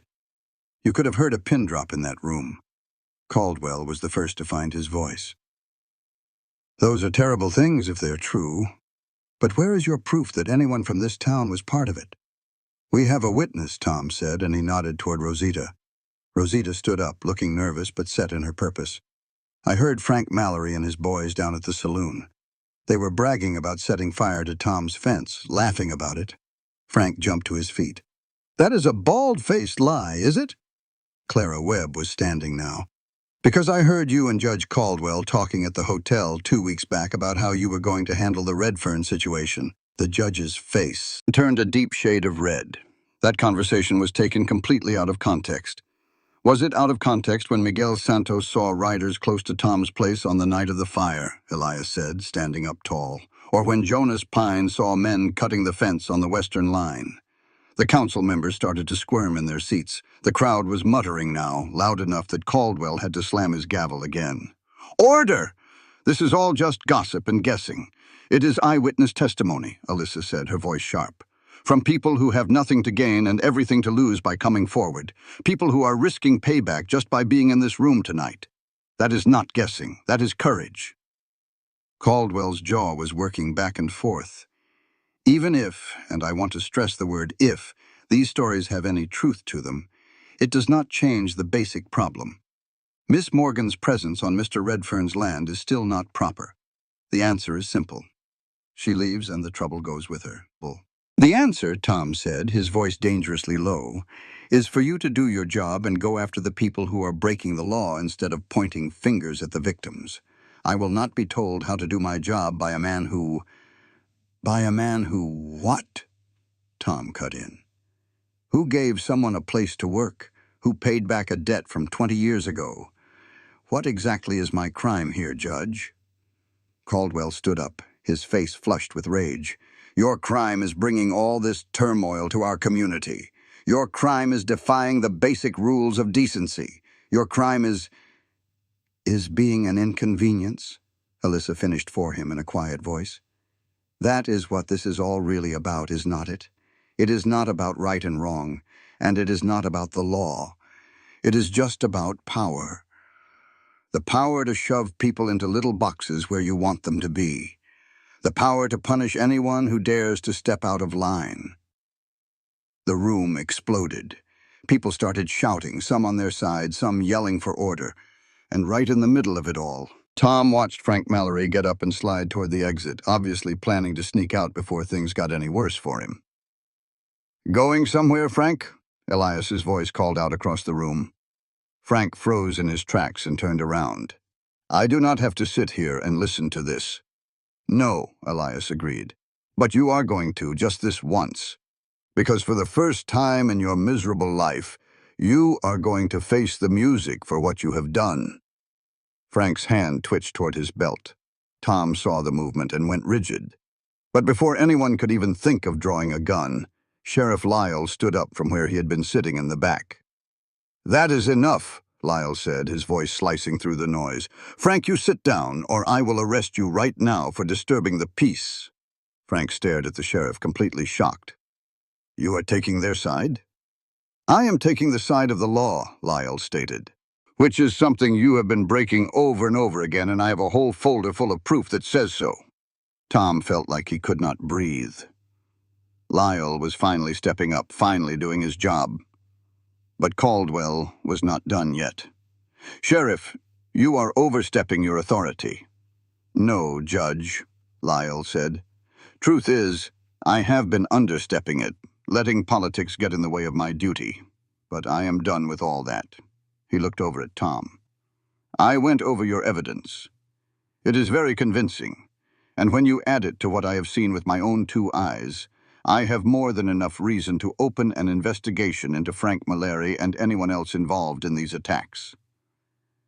The entire room went dead silent. Frank's face turned from pale to a deep shade of purple. This is a setup. You cannot do this. Oh, I can, Lyle said. And I will. Now sit your tail down before I add resisting arrest to the list of charges. Frank looked around the room like a cornered animal, searching for an ally and finding none. Even Judge Caldwell had gone quiet. You could see him calculating his next move. At last, Frank slumped back into his seat. But the look he shot at Tom and Alyssa was a promise that this was far from over. Caldwell cleared his throat. This council will require some time to look over these new developments. We will meet again. No, Tom said firmly. We are not leaving this unsettled. You wanted a decision on whether Alyssa can stay. Well, here it is. She is staying on my land, which I happen to own free and clear. If you or anyone else has a legal issue with that, you can take it to a real court. But you will not use threats and violence to bully us into backing down. Caldwell's eyes turned to ice. Mr. Redfern, you are in contempt of this council. Good, because this council has contempt for justice. Tom snatched up the folder and turned to go. Come on, Alyssa, we are finished here. They walked out of that hall together, and this time about half the room got up and followed them. Rosita, Miguel, Clara, Jonas, Elias, and a dozen other folks who had stayed quiet until now, but had finally found their courage. Outside, standing under the wide-open starry sky, Tom felt some of the crushing weight lift off his shoulders. They had not won, not completely, but they had stood their ground. They had shown they would not be broken. Alyssa looked up at him, her eyes shining in the dark. What happens now? Tom thought about the look on Frank's face, about Caldwell's barely contained rage, about the fight that was without a doubt still on its way. Now, he said, we go home, and we get ready for whatever they throw at us next. Because he knew in his gut that Frank would not let this go. He knew that this kind of humiliation always led to violence. He knew that the worst was probably still to come. But for the very first time since this whole mess started, Tom felt like they might just make it through. Tom was wrong about one thing, though. The worst was not planning on waiting. They rode back to the ranch as a group. Elias, Miguel, Jonas, and Clara acted as a protective escort around Tom and Alyssa. Nobody said much. The fire from the confrontation was dying down, leaving a deep tiredness behind. But there was something else hanging in the air, something that tasted almost like a win. They had stood their ground, they had spoken the truth, and they had walked out of that meeting with their heads held high. It should have felt good. Tom truly wanted it to feel good, but his stomach was tied in knots with the kind of dread you get when you know that men like Frank Mallory do not handle being shamed very well. They get even. When they got back to the ranch, Tom insisted, "Everyone is staying the night, at least until we are sure Frank is not planning on doing something stupid." No one put up a fight.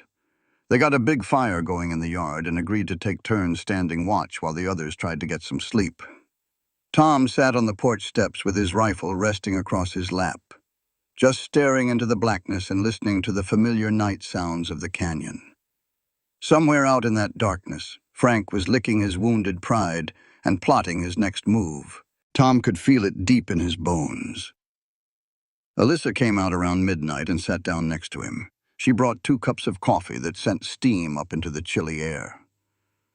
"You ought to get some sleep," Tom said. "So should you." "I cannot." Tom took the coffee with a grateful nod. "Too worked up. I just keep running through all the things Frank might try to do." Alyssa was quiet for a second, and then she said, "Do you think we pushed them too hard?" Tom thought about that. "No, I think we did exactly what we had to do. But that does not mean it will not come with a price." "Everything comes with a price," Alyssa said. "The only real question is whether or not it is worth paying." Tom looked at her profile in the faint starlight, and he could see the strength there, the absolute refusal to regret taking a stand. "You really believe that, do you not?" "I have to," Alyssa said simply. "Otherwise, what is the point of putting up a fight at all?" Tom nodded his head slowly as a deep understanding settled in his chest. She was right. Being afraid of what might happen was just another way of giving up, and they had already come way too far to do that. Give in now. They just sat there, quiet and comfortable, with their shoulders touching, sharing a bit of warmth against the cold desert night. Tom found his mind drifting to Sarah again. But it was different this time. It was not the heavy, crushing feeling of loss, but something softer. He felt thankful, maybe. Thankful for the years they did have, for everything she taught him about holding his ground. He thought Sarah would have liked Alyssa. She would have seen that same backbone of steel, that same stubborn refusal to ever bend. The thought brought a dull ache to his chest, but it did not break him, and that felt like a step forward. The sun came up gray and cold, washing the canyon in colors of ash. Tom stood up and stretched, his joints complaining about the hard ground. He looked out at the horizon. The only thing moving was some scrub brush dancing in the wind. Maybe he had been wrong. Maybe Frank was a lot smarter than he gave him credit for. Then the explosion hit. It came from the direction of town. It was not close, but it was loud enough to travel across miles of open land. It was a deep booming sound that shook windows and sent birds squawking into the air. In a heartbeat, everyone was on their feet with their weapons up, searching for a threat. "What in the world was that?" Miguel yelled. A cold dread washed over Tom. "Town," he said. They saddled their horses in a hurry and rode hard, leaving Clara behind to keep an eye on the ranch. The closer they got to Mesa Ridge, the thicker the smoke became, a black pillar climbing into the morning sky. When they reached the top of the ridge, looking down on the town, Tom reined his horse to a halt, and his stomach sank. The courthouse was on fire. It was not the entire building yet, but the whole west wing where the council held their meetings was burning. Flames shot out of broken windows as folks ran back and forth with buckets, trying their best to fight the inferno. "Good Lord," Elias whispered. They dug their heels into their horses and rode down into the chaos, joining the line of people passing buckets without a word being said. Tom moved like a machine, grabbing buckets of water and throwing them at the flames that just seemed to laugh at their efforts. Right beside him, Alyssa was doing the exact same thing, her face streaked with black soot and sweat. It took a solid 2 hours before they finally got the fire under control. By that time, half of the courthouse was gone. The council chambers were nothing more than a heap of burned wood and ash. Sheriff Lyle was standing in the middle of the wreckage, his face hard as he looked over what was left. When he saw Tom, he waved him over. "Arson," Lyle said straight to the point. "Someone set this fire on purpose. I can smell the kerosene." Tom's jaw clenched. "Frank?" "Most likely," Lyle said. "But I cannot prove it." "Not yet," Tom added. The sheriff looked at Tom with something that was almost an apology in his eyes. "This is payback for last night. Payback for you standing up to him, and for me finally doing what I am paid to do." "So what are you going to do about it?" Tom asked. Lyle's face hardened. "My job, starting with finding Frank Mallory and bringing him in to answer some questions." But Frank was gone. His house was empty, his horse was missing, and none of the people he usually ran with would say they had seen him. It was like he had just vanished into the desert, leaving nothing behind but a trail of destruction. Around noon, Judge Caldwell showed up in the town square. He had 2 county officials with him that Tom did not recognize. The judge's face was tight with anger, and when he saw Tom, all that anger found its target. "This is your fault," Caldwell said, his voice shaking. "Your defiance. Your refusal to bow to proper authority. You are the one who pushed Frank to this." Tom felt a hot rage building up inside him, but he kept his voice steady. "I pushed him? Frank has been running roughshod over my property for weeks, and you did not lift a finger. This fire is on him, and on every last person who let him get away with it." "Frank is just a symptom," Caldwell snapped back. "You are the sickness." "If you had just done your job," Alyssa cut in, stepping right up to him. "If you had held Frank responsible from the very beginning, none of this would have ever happened. You do not get to blame us for the mess your own cowardice made." One of the county men, a skinny fellow in a suit that looked way too fancy for Mesa Ridge, cleared his throat. "I am District Attorney Marcus Hewitt, and I am afraid Judge Caldwell has a point about one thing. This whole situation has gotten completely out of hand." He looked Tom up and down with a cold, calculating gaze. "We are putting emergency measures into effect." "What kind of measures?" Tom demanded. Hewitt pulled a folded paper from his coat pocket. "An injunction, starting right now for public safety, and because of the ongoing civil unrest. The county is putting a freeze on all property sales and any changes to residency in Mesa Ridge until we can conduct a full investigation." Tom just stared at him. "What does that mean in plain English?" "It means," Hewitt said, "that Miss Morgan's living on your property is now legally questionable. Until this is all sorted out, she cannot be considered a lawful resident or an employee of the Redfern Ranch." The words felt like a punch to the gut. Tom felt Alyssa stiffen beside him. "You cannot do that," Tom said. "We just did," Hewitt shot back. "And what's more, with the courthouse destroyed and all this violence, we are placing the ranch under county supervision. Any attempt to fight this or get around this order will lead to legal action, and that could include us seizing the property." The edges of Tom's vision started to turn red. "You are using Frank's crimes as an excuse to steal my land." "We are using our emergency powers to bring back order," Whit said, his voice smooth as silk. If you comply and work with us, this can all be over with quickly. If you resist... He let the threat just hang there in the air. Caldwell stepped forward, and Tom could see the satisfaction plain as day in his eyes. The law has spoken, Mr. Redfern. I suggest you listen to it. Tom looked at the paper Hutt was holding, and he saw his whole life being boiled down to a bunch of legal words and official stamps. He saw everything he and Sarah had worked for being snatched away by men in suits who had never done a hard day's work on the land in their lives. When? Was all he could manage to say. The injunction is in effect as of right now, Whit said. You have 24 hours to show that you are complying. That means Miss Morgan needs to be off the premises. Any attempt to let her stay after that deadline will be a violation of this order. Alyssa's hand found Tom's arm and she squeezed it tight. He looked over at her and saw a war between fury and fear in her eyes. We will fight this, she said in a low voice. In court, Whit said, which is where these things belong. But until then, the order is the order. They rode back to the ranch without saying a word, just wrapped in a heavy silence. Elias and Miguel rode behind them, looking just as stunned. When they got back to the property, Clara was there waiting. The looks on their faces told her everything she needed to hear. How bad is it? She asked. Bad, Tom said. He laid out the whole thing for her, the injunction, the challenge to Alyssa's residency, the threat of them taking his land. With every word he spoke, the situation felt more real and more hopeless. When he was done, Clara let out a string of curses that would make a sailor blush.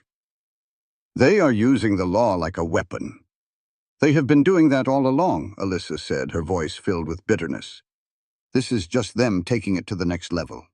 Tom stood in his own yard, looking out at the land he had poured his entire life into, and felt something inside of him crack. He was not broken, not yet, but he was starting to fracture. How in the world do you fight a system that is built to grind you into dust? How do you stand up to men who swing the law around like it is a club? We need a lawyer, Elias said. Somebody who knows how to fight this kind of legal war. With what money? Tom asked. I have got just enough to keep this ranch afloat. I do not think I have enough to take on a whole team of county lawyers. Then we will find another way, Alyssa said. She turned to Tom and her eyes were burning with fire. We are not giving up. Not after everything we have already been through. What other choice do we have? Tom asked, and he hated how defeated his own voice sounded. They are using the law. We cannot just pretend it does not exist. No, Alyssa agreed. But we can shine a light on it. We can make people see what they are really up to. Tom just shook his head. The town just watched half their courthouse burn to the ground. They are scared. They are mad. They are looking for somebody to blame. And Caldwell just served us up to them on a silver platter. Then we will remind them who really set that fire, Alyssa said. We find Frank. We prove he did this, and we make it impossible for Caldwell and Hewitt to hide behind their crooked legal games. It was a long shot, and Tom knew it. But looking at Alyssa's face, at that absolute refusal to even think about surrendering, he felt that crack in his chest start to mend itself. All right, he said. We find Frank, but we are running out of time. They had even less time than Tom realized. That afternoon, 3 men from the county office showed up with a stack of paperwork and clipboards. They were there to perform what they called an assessment of the property. Tom watched them as they measured everything, took pictures and wrote down notes. And with every click of the camera, he felt more and more like he was being violated. They were not just checking out the ranch.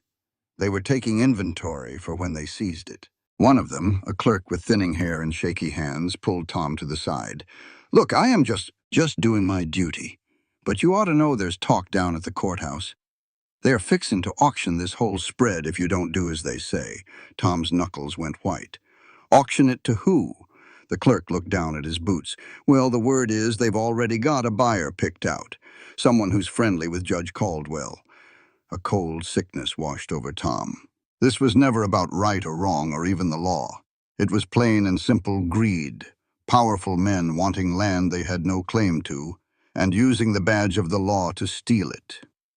After the county men drove off, Tom sank onto the porch steps, burying his face in his hands. The whole situation felt hopeless. Frank was out there somewhere. The law was a weapon pointed right at them, and they had less than 18 hours before Alyssa would be forced to leave by law. Alyssa came and sat next to him, and they stayed quiet for a long while. Finally, she broke the silence. "I could just go." Tom's head shot up. "What are you talking about?" "I could leave," Alyssa repeated, her voice low.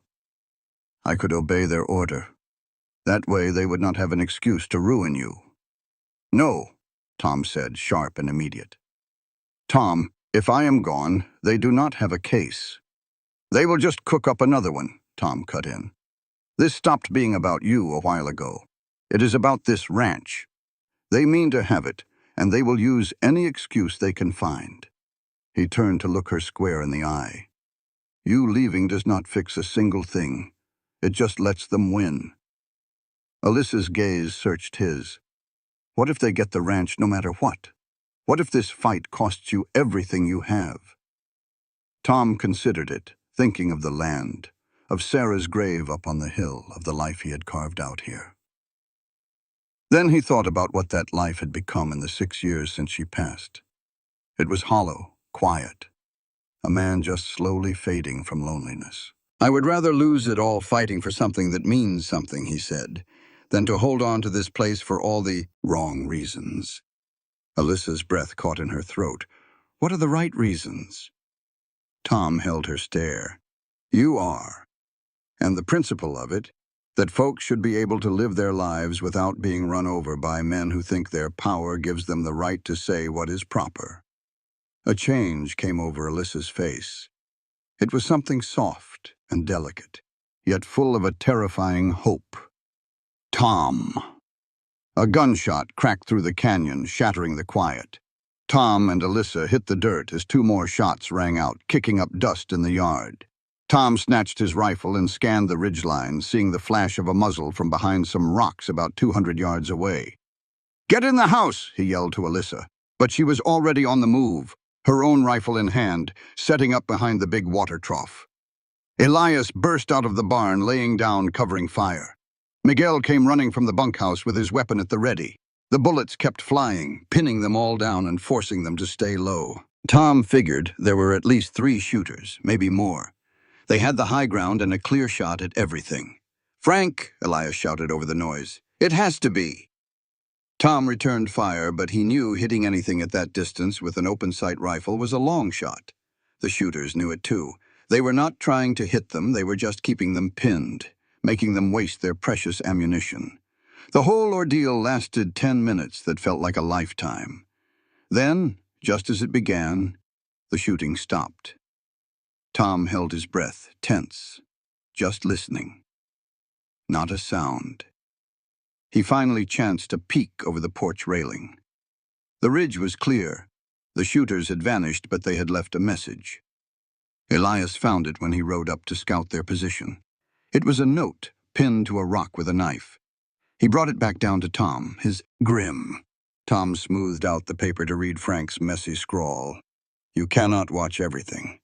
You cannot protect everyone." Tick-tock. A chill went through Tom's veins. That was not just some threat. It was a solid promise. Frank was going to keep pushing, keep coming after them, and keep raising the stakes until something or someone finally broke. That night, they turned the ranch into a fortress as best they knew how. Elias, Miguel, and Jonas set up watch around the property line. Clara stayed inside the house with Alyssa, and both women were armed and ready. Tom moved from one post to another, checking their lines of sight and making sure their ammo was full. But deep down, he knew they could not live like this. They could not stay under siege for good. You just cannot keep this level of alert going day after day. Something was bound to break. Just about midnight, Alyssa found him double-checking the locks on the barn and pulled him over. "We have to talk," she said. Tom walked with her to the tack room, away from the ears of the others. She shut the door, then turned to look at him. In the dim lantern light, Tom could see she was dead tired, but just as determined as ever. "I have been thinking," Alyssa started, "about all that has happened, about the court order, the attacks, the way they are using the law to back us into a corner." And Tom asked, "And what?" "I think I know the one thing they will never see coming." Alyssa took a deep breath. "We get married." Tom just stared at her, thinking he must have heard wrong.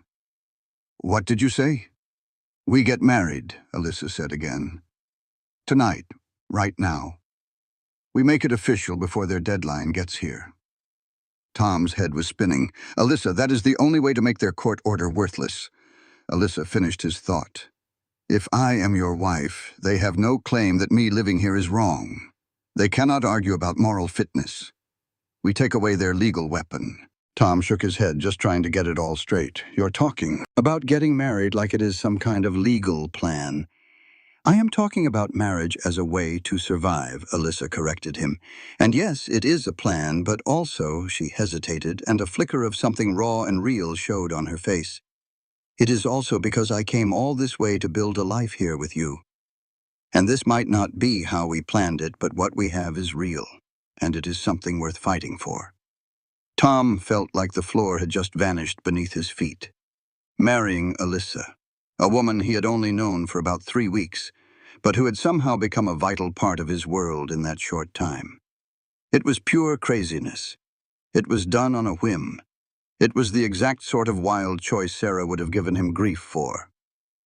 But it was also the sharpest tactical move they could make. And even more than that, deeper down, it just felt right in a way Tom could not put into words. "What if this does not work?" he asked in a low voice. "What if they just find some other way to come at us?" "Then we will face it as a team," Alyssa said, "as partners in the eyes of the law, in our hearts, in every way." Tom looked hard at her face, trying to find any sign of doubt or second thoughts. He found nothing. All he saw was that same fiery resolve that brought her to his ranch in the middle of a storm. "Are you certain about this?" he asked her. "I rode through a lightning storm to find this place," Alyssa said. "I am not about to back down now." Tom felt a sense of calm settle in his chest. A decision was made, a promise given, a leap of faith into whatever came next. "All right," he said. "Let's go do it." An hour later, they had everyone gathered in the cabin. Elias looked like he had been struck by lightning. Clara looked absolutely thrilled. Miguel and Jonas just seemed confused, but were on their side. "We need a preacher," Tom said. "Preacher Wells lives in town," Elias told them. "But getting him to come out here this late." "I will go," Clara offered. "He knows who I am. He will come if I am the one asking," she wrote, off right then and there. The rest of them sat waiting, wound up tighter than a banjo string, listening for the sound of gunshots that never came. Tom paced back and forth in the cabin, his mind going a mile a minute. Was this a foolish idea? You bet it was. But foolish might be just the thing they needed right now.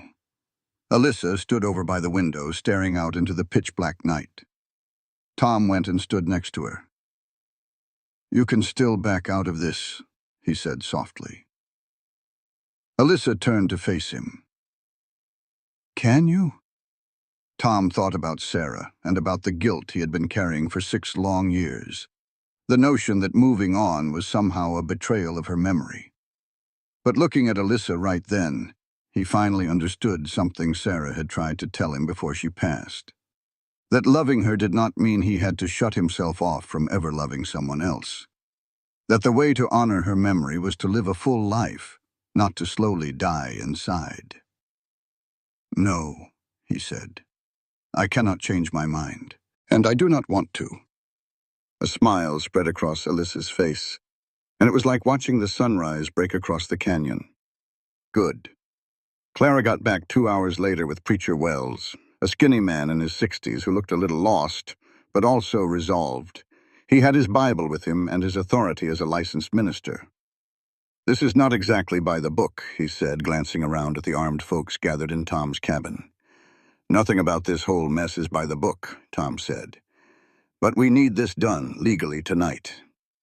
Wells looked at Tom's face and then at Alyssa's, and he must have seen something there that set his mind at ease. "All right, but I am doing this thing proper. No cutting corners." They stood there in front of the fireplace, Tom in his work clothes, Alyssa in the same shirt and jeans she'd been wearing the whole day. There was no fancy dress, no flowers, and no guests other than the people who had stood by their side through it all. Wells opened his Bible and started the service. The words flowed over Tom like cool water. They were traditional, serious, and carried a weight he had not been expecting. When Wells asked if he took Alyssa to be his wife, Tom's voice came out strong and clear. "I do."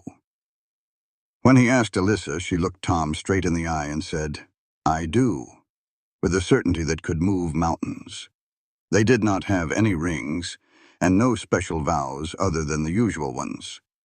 But when Wells declared them married and told Tom he could kiss his bride, the kiss they shared was real and deep, full of promise and defiance and a whole lot of hope. When they finally pulled apart, every single person in that room was smiling.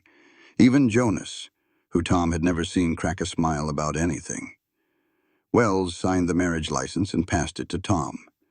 "This is legal and binding, with witnesses and all recorded. They cannot take it back." Tom stared at the paper, at his name and Alyssa's name now joined together for good, and he felt something new. It was not exactly happiness, but a feeling of rightness, like he had just made a choice that no matter what came next was worth making. Alyssa took his hand and squeezed it tight.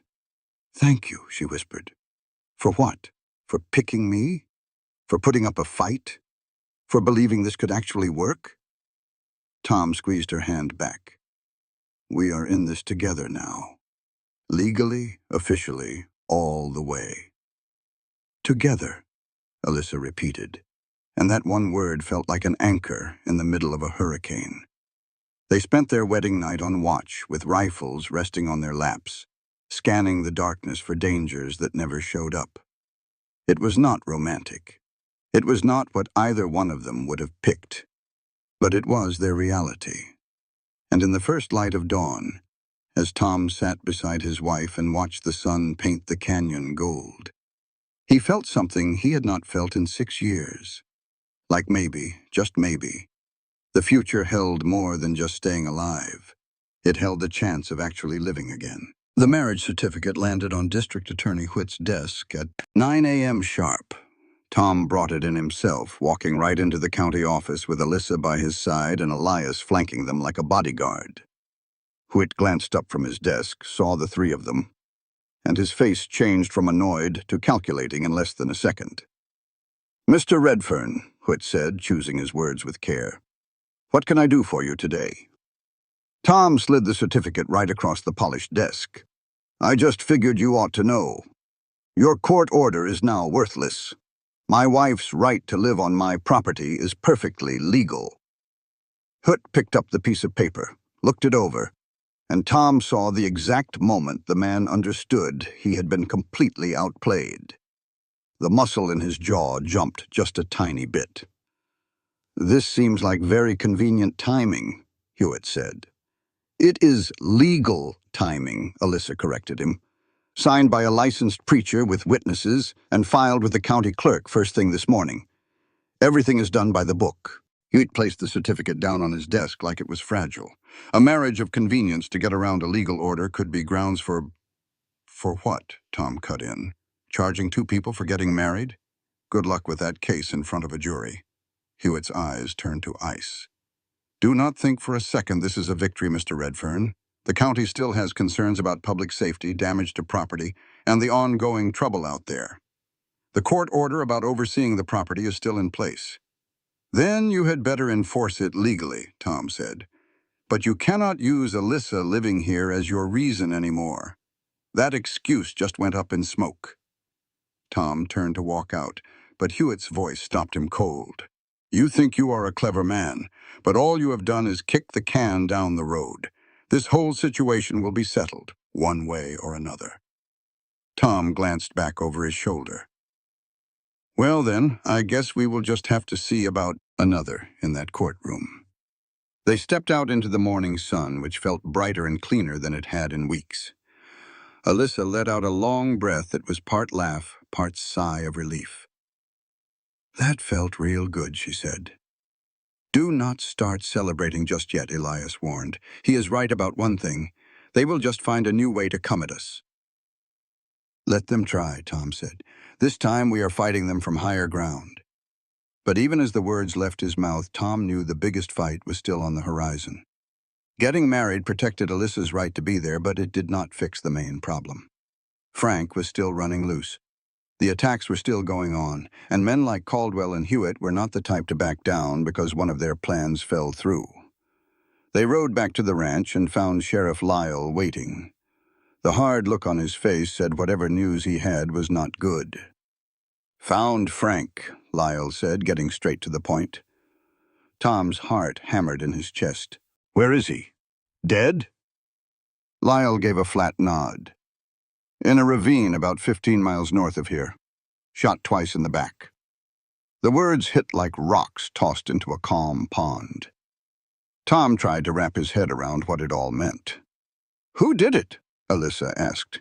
Any idea? Not yet, Lyle confessed. But whoever did it made sure he would be found. Left the body right out in the open. They did not even bother to cover him up.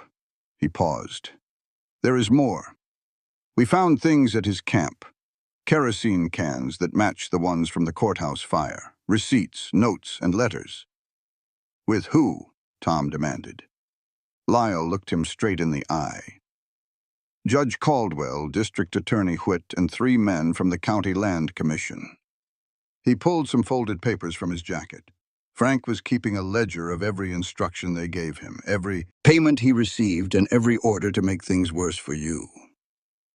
Tom felt like the ground was shifting beneath his feet.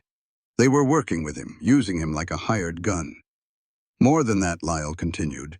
They had a plan to buy your land after they ran you off. They already had the papers drawn up, spelling out how they would divide the property between them. Alyssa's face turned pale with a quiet fury. They planned everything. The raids, the fires, the legal trouble, all of it was a calculated scheme to steal this ranch. It surely looks that way, Lyle agreed. And now their problem solver is dead, and they think their secrets died with him. Except Frank was not as dumb as they figured. He wrote down everything. Tom took the documents, his disbelief growing as he read them. It was all there in black and white with dates, payment amounts, and direct orders. Caldwell had told Frank to make Red Ern's life impossible. Whitt had approved payments for, quote, services rendered to support county interests. The Land Commission was already talking about splitting up the property before Tom had even been officially asked to sell. This is a conspiracy, Tom stated. It is fraud, a criminal conspiracy. It is, Lyle confirmed, and we have enough to press charges, but there is a catch. What kind of catch? These men have influence, powerful friends, and a lot of money. To bring them down, we need more than just proof. We need powerful backing, and that means we have to get the territorial governor involved. Lyle's face was grim. I have already sent a rider to the capital, but until we get a response, we are walking on dangerous ground. These men know they have been exposed, and a cornered animal is always the most vicious. Tom knew exactly what he meant. Caldwell and Hewitt would know by now that Frank was dead. They would be scrambling to hide their tracks, destroy evidence, and build a defense. And if they were willing to, Elias spoke what they were all thinking. If those men would conspire to commit murder just to get their hands on a ranch, they wouldn't think twice about doing worse to save their own hides. We're going to need protection, he said, looking right at the sheriff. Real protection. Can you give us that? Lyle shifted his weight, looking troubled. I can put deputies out at the ranch, but my whole department is just 3 men, and one of them is 70 years old. If Caldwell decides to bring the hammer down on you, I can't promise I can hold him off. Then we take it to the people, Alyssa said, her voice sharp.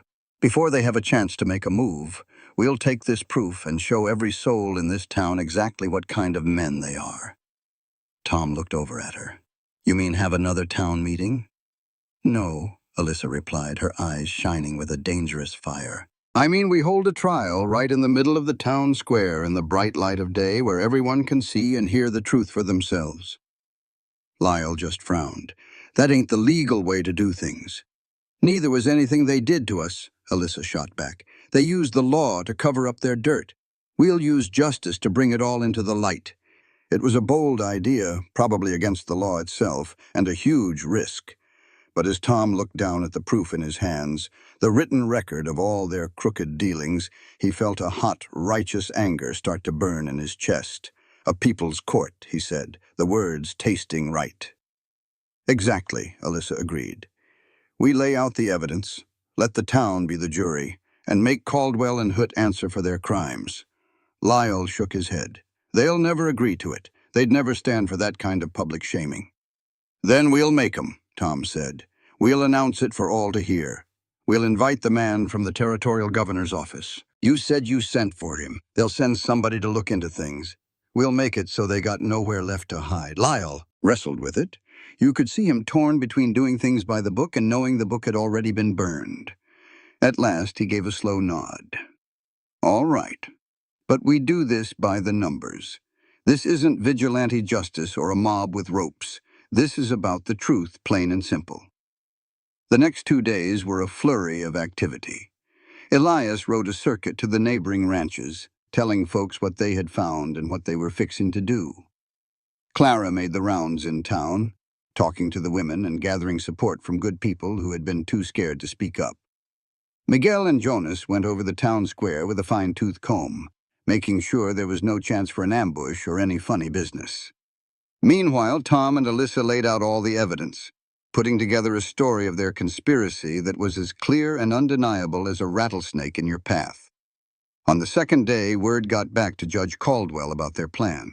He sent over a message, a formal piece of paper demanding they stop this illegal nonsense right away. Tom sent back a simple answer. You're welcome to come and try. The morning of the tribunal dawned bright and chilly.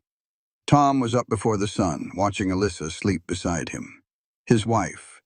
The word still felt brand new and heavy with meaning. He just watched her for a spell, saw the grit in the set of her jaw even as she slept, and felt a wave of gratitude so strong it nearly buckled his knees. She had ridden through hell and high water to find him, faced down violence, crooked laws, and the town turning against her. She could have walked away a dozen times to save her own skin, but she stayed. She fought. She chose him. Tom touched her shoulder, gentle as he could. Time to get up. Alyssa's eyes snapped open, wide awake, like someone who'd learned to sleep with one ear open. Today's the day. Today's the day, Tom echoed. They got dressed in their Sunday best, nothing fancy, just clean and respectable. They weren't riding into a gunfight, after all. This was a battle for something more, a fight for the simple, honest truth. When they rode into town, the square was already buzzing with people, more than Tom ever figured would show. Ranchers from all over the county, town merchants, mothers with their kids. He even saw some of Caldwell's usual crowd, drawn in by either curiosity or a guilty conscience. Elias had built a simple wooden platform right in the center, so everyone could get a good look. Sheriff Lyle and his deputies were there, keeping a peaceful watch, but not taking sides. And sitting on a bench near the edge of the crowd, looking like he meant business, was a man Tom had never seen before. He wore an expensive suit, had watchful eyes, and carried himself like a man who was used to giving orders. Lyle caught Tom's eye and gave a slight nod toward the stranger. That's the investigator from the territorial governor. Got in late last night. He's here to watch and take notes. A spark of hope lit up in Tom's chest. This was real. This was official. What happened here today was going to be heard far beyond Mesa Ridge. At 9 o'clock on the dot, Tom stepped up onto the platform. The crowd went quiet. Thank you all for being here, Tom started, his voice ringing clear across the square. We've come here today because the very laws meant to protect us have been twisted and used as a weapon, a tool for powerful men to steal our land and ruin our lives. A low rumble went through the crowd. Tom saw Caldwell standing over by the burned-out courthouse with Hewitt and a couple of county commissioners at his side. They tried to look bored, but Tom could see how tight and stiff they were standing. 3 weeks ago, Tom went on, a woman rode onto my ranch. Her name is Alyssa, and I'm proud to call her my wife. She came to settle a debt because 20 years ago I pulled her from the floodwaters at Red Creek. That one simple act of decency set off a whole campaign of threats, violence, and legal tricks, all designed to run us off our land. He held up Frank's papers for everyone to see. These pages prove what we all suspected, that Judge Caldwell, District Attorney Hewitt, and some on the County Land Commission paid Frank Mallory to be their dog, to burn our property, to take shots at our house, and to stir up enough trouble so they'd have an excuse to take our ranch. The crowd exploded with shouts of anger and disbelief. Caldwell pushed forward, his face turning beet red. "That's slander," he bellowed. "A pile of lies cooked up by a desperate man." "These are Frank Mallory's own words," Tom cut in, his voice slicing through the noise, "written in his own hand. It details every order you gave him, every dollar you paid him, and every crime you told him to commit." Alyssa stepped up on the platform next to Tom. The crowd hushed, waiting to see what this woman had to say. "When I rode into this town," Alyssa said, her voice steady and strong, "I thought I was coming to a place where a person's honor still meant something, where folks looked out for one another. But what I found was a place where powerful men could do as they pleased, so long as they dressed it up in fancy legal words." She looked Caldwell right in the eye. "You accused us of improper behavior to justify your persecution. You pretended to be worried about public safety to hide your own dirty work. You burned down your own courthouse and then blamed us for the trouble you started." "Prove it," Hewitt yelled from the crowd. "Where's your proof?" Tom held the papers up high again. "It's right here. Would you like to come and have a look? Or should we hear from some witnesses?"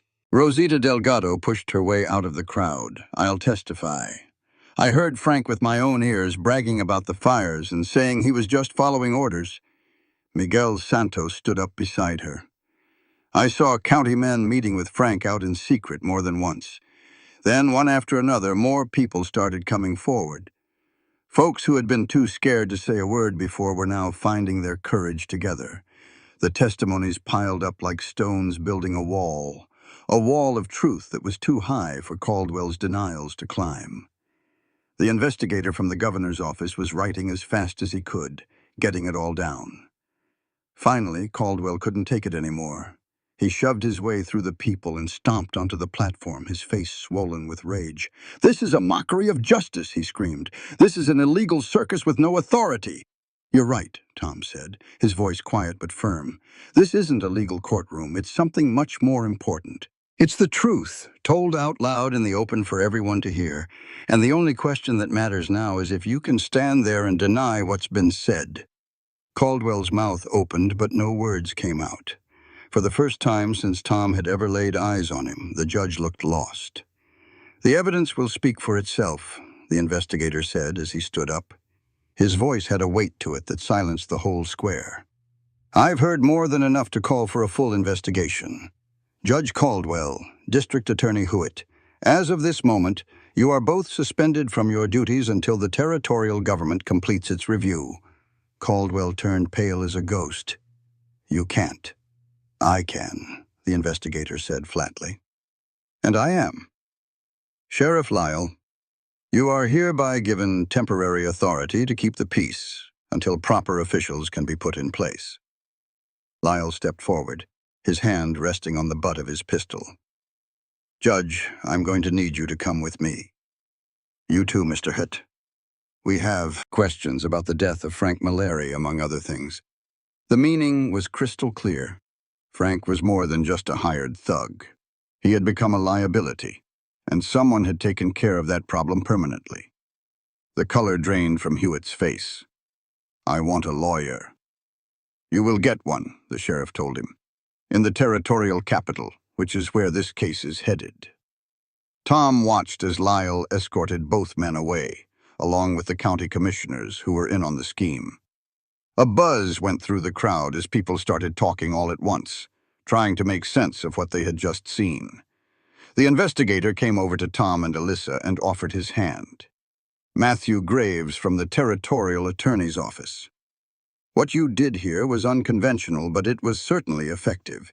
Your evidence is going to be the bedrock of our prosecution." "You think it will be enough?" Tom asked. "These are powerful men." "They were powerful," Graves corrected him. "Now they are defendants. And with the proof you provided, plus the testimony of witnesses, we have a very solid case." He paused. "There will be a trial, a proper one. You will both be required to testify."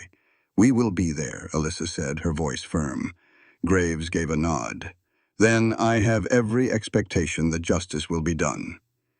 He tipped his hat and walked off, leaving Tom and Alyssa standing on the platform as the crowd began to thin out. Elias climbed the steps to join them, a smile on his face, which was a rare sight. "You did it. You actually went and did it." "We did it," Tom corrected him. "Every one of us." He looked out at the faces of those who had stood by them: Rosita and Miguel, Clara and Jonas, Preacher Wells, who had joined them in marriage under the strangest of circumstances, even Sheriff Lyle, who had finally found the backbone to do his job right.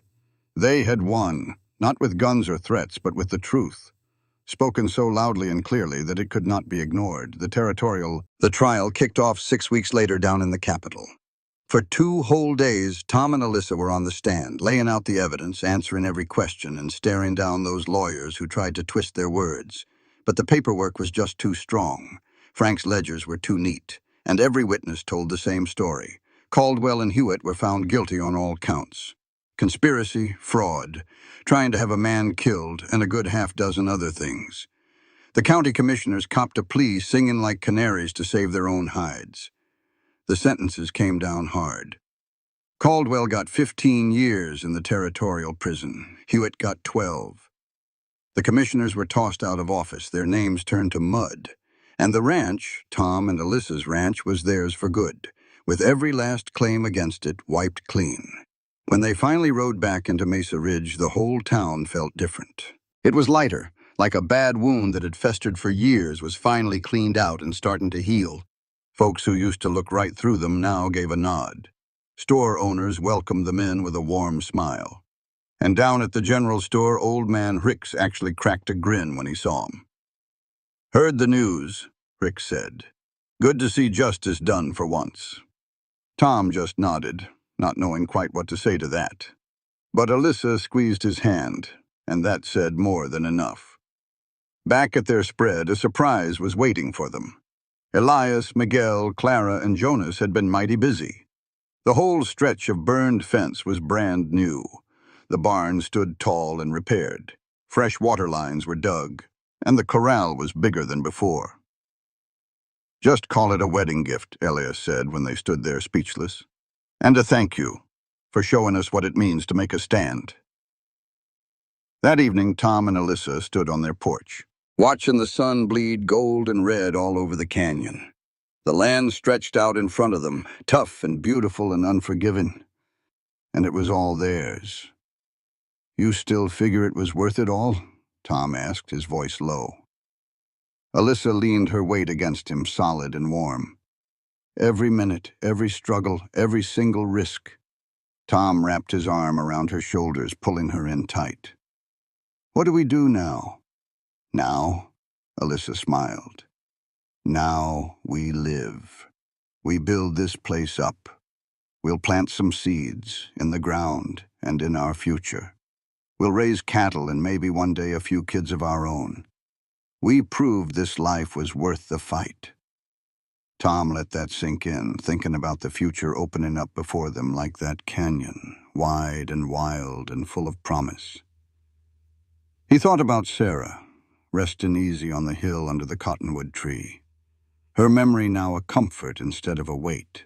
He thought about the woman right beside him who rode through a lightning storm to pay an old debt and ended up building a home. "You know the craziest part of all this?" Tom said. "What's that?" "The night you showed up in that storm, I figured my life was over. I was just walking through the days till the end came." He turned to look her square in the eye. "You didn't just save my ranch, Alyssa. You saved me." Alyssa's eyes got a little shiny. "You saved me first 20 years ago. And you did it again 3 weeks ago when you let me stay instead of sending me on my way. Best decision I ever made, Tom said. Second best, Alyssa corrected him with a soft smile. The best was agreeing to marry me. Tom let out a real laugh, one that came from deep down. Well, I surely can't argue with that. They stood there together as the sun sank clean out of sight, and the first stars started popping out in the deepening twilight. Down in the yard, Elias was showing Miguel a thing or two about training horses. Clara and Jonas were talking over fence, lines for the spring planting. It was the sound of a community, of family, of a life being truly lived. Far off, Tom could hear the low rumble of thunder rolling through the canyon. Another storm was coming. But this time he wasn't fixing to face it by himself. He had Alyssa.